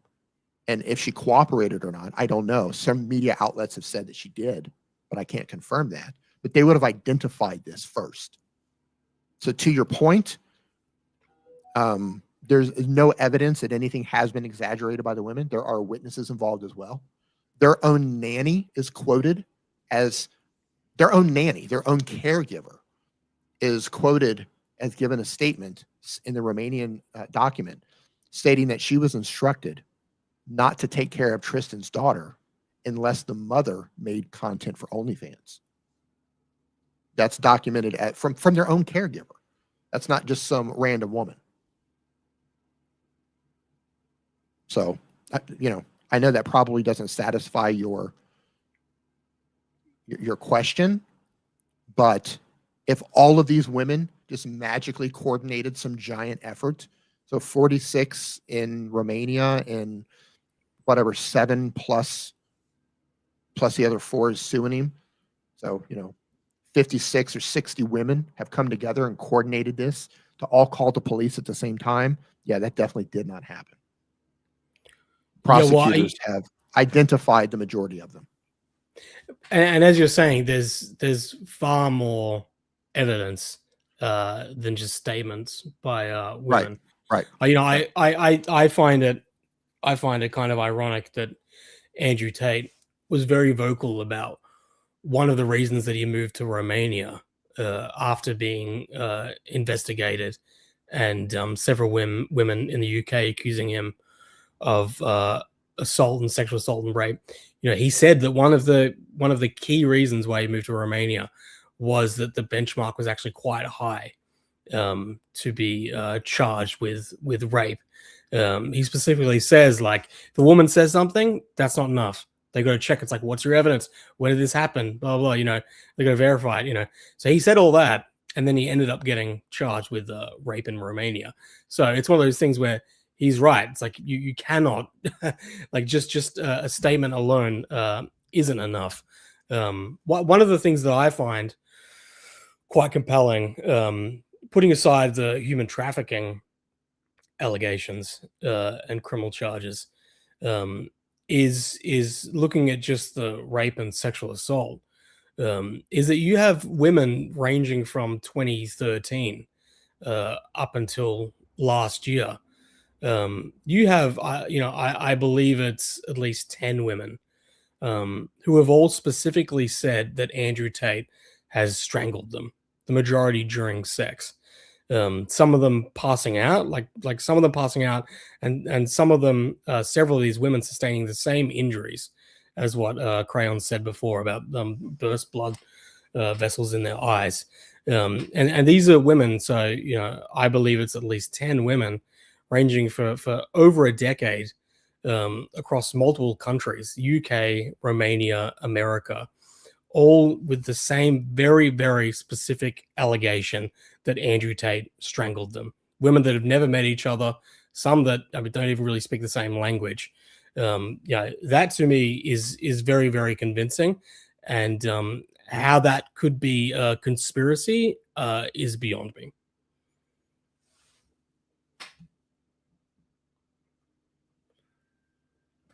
Right. And just to bring him up again, but it's McBride keeps saying this all started with Jane Doe and in the lady from Florida. I mean, and that started all of the trafficking allegations and all this. So stupid. Like, if that's their public defense. Yeah. Yeah. Again, I always come back to, you know, if you're innocent, why would you need to lie about, you know, every element of the accusations against you, including what your charges are? You know, that was the first thing after seeing the interview with Tucker Carlson, when I realized that Andrew Tate had seemingly mischaracterized what he was charged with. I was just like, well, why would you do that? Who would do that if they're innocent? It's funny, the one I remember that just sticks out in my head, it was before I started posting about Tate, and maybe one of the reasons I did a month later was the Piers Morgan one, when he came out of shortly after he came out of jail, and he was just rambling and just very manic, he seemed, and he repeatedly kept saying that the case is all about TikTok. And they're trying to say that I stole my friends. No, I helped my friends post on TikTok, and they're saying that's human trafficking. And I very clearly remember thinking in my head, seeing this, like, oh my God, it's over for Andrew Tate. Like, not a single person will follow him after this. And then I saw what happened after that. And I think that kind of stuck in my head. For I bet it was probably about 6 months after I started properly posting about it, where I'm like, okay, like, it's incredible that one person takes this guy seriously. It was mind-blowing, that period where some of the things he was saying were so stupid, and he was still getting massive support. And yeah, people like Candace and Tucker and PBD going along with it. It was incredible. No, we've come a long way from this is about TikTok. I just helped some friends make videos on TikTok. It's funny. He brought that back for the Jack Neal interview that dropped, that he told Jack to post when he gets locked up. He was saying that again. I'm like, oh yes, he's brought back the TikTok thing. Yeah, well, even Candace, you know, what we played before about her response, her you know, calling back to the you know, taken out of context chat messages, you know, where the alleged victims were trying to get famous and they were joking about it, and it's like, wow, that's a throwback. That's a real throwback there. All right. Well, I'm gonna wrap it up. But as I was saying, I'd like to do this more regularly. There's plenty to cover, so we can do that. We can mix up the formats. We can do some more debate Q&A type things. But yeah, thank you everyone for tuning in. Again, a reminder that Andrew Tate is suing all of us, and is suing all of us for covering all of this. And I think as you've all seen, everything we've said can be backed up with proof. Yeah, so Gadget, if you want to feel free to plug social medias and anything you'd like. Yeah. Gadget 440 on YouTube and X is my main ones. If you're on other socials, you can find me from there. But that's the main one. And thanks everyone for watching. And yeah, keep that. Thanks everyone that's donated to the lawsuit as well, and everyone that is thinking of donating or sharing. Yeah. Is just me still here? I am, but I'm at like 3% on my phone, if you can hear me. Oh, okay. Just wanted to say hello. Yeah, thanks for joining us. Appreciate everyone.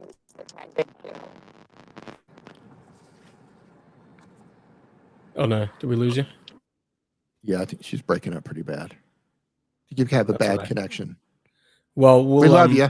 We love you. Yeah, Destiny. we love you. Just the same. Thanks for joining. We'll get you on, and it'd be good to even have you talk a bit more about the war room and all of that side of things. This is such a deep story. Like the entire saga. It just is layers upon layers upon layers of all of this. It's crazy. It is crazy. It is crazy, and I do really feel like if this thing does go to trial, it's only going to dig up more and more things. Do you, Crayons? You want to plug your socials? Yeah. I mean, I'm murdered. What is my? I don't even know what my handle is. I think it's Crayon Murders. Yeah. I don't listen. I'm not doing this for clicks, for views. I'm not trying to build a brand. I really don't give a shit if you follow me or not. I think it's murdered or Crayon Murder at Crayon Murders. Follow me or don't. I'm gonna write. It's at Crayon Murders. Yep. Take it or leave it. Listen to me or don't. I don't care. But the one thing you can't do is prove me wrong. Whatever your take is. Unfucking defeated. It's not even close. Yeah, listen, I do want to say this though. Your help with our lawsuit, it means a lot. This is covering a couple of people. It's covering more than us. And we are fighting guys with a lot of money. We're multimillionaires. So we think. And they have resources to drag this stuff out and to keep refiling. And in my opinion, this is truly a good versus evil fight. So if you are on the side of good, any donation, any size is helpful. And if you can't donate, that's fine too. Share it. Share it out on whatever social media platform you have. Give it a share. Make people aware of our story. This is a David and Goliath situation. We're all just random people. We're not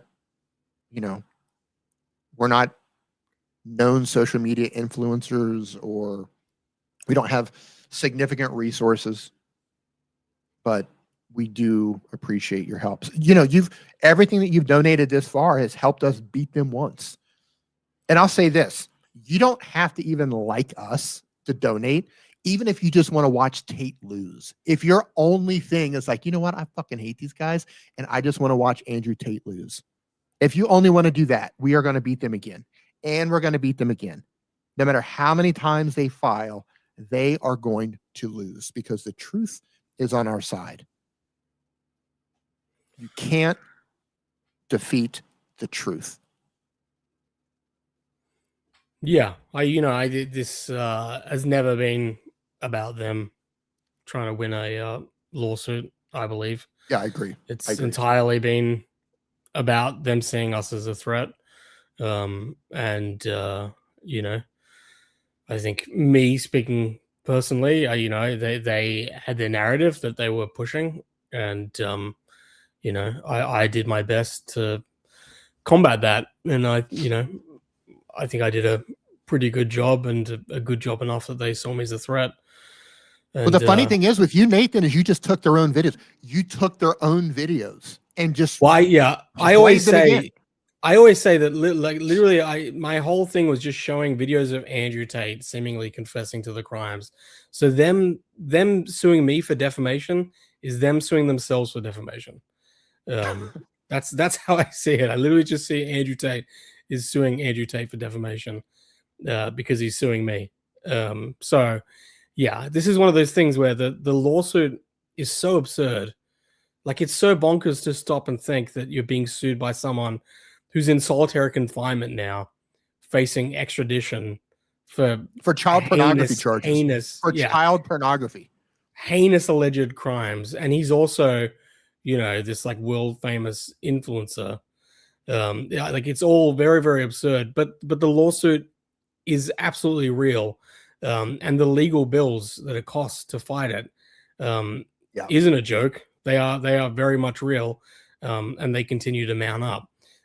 So, like you were saying, Crayons, as big or small, all of it helps. And the only reason we've been able to get to this point now is because enough people have rallied around us to help us fight back, which I don't think they counted on. I don't think they counted on us getting this kind of support.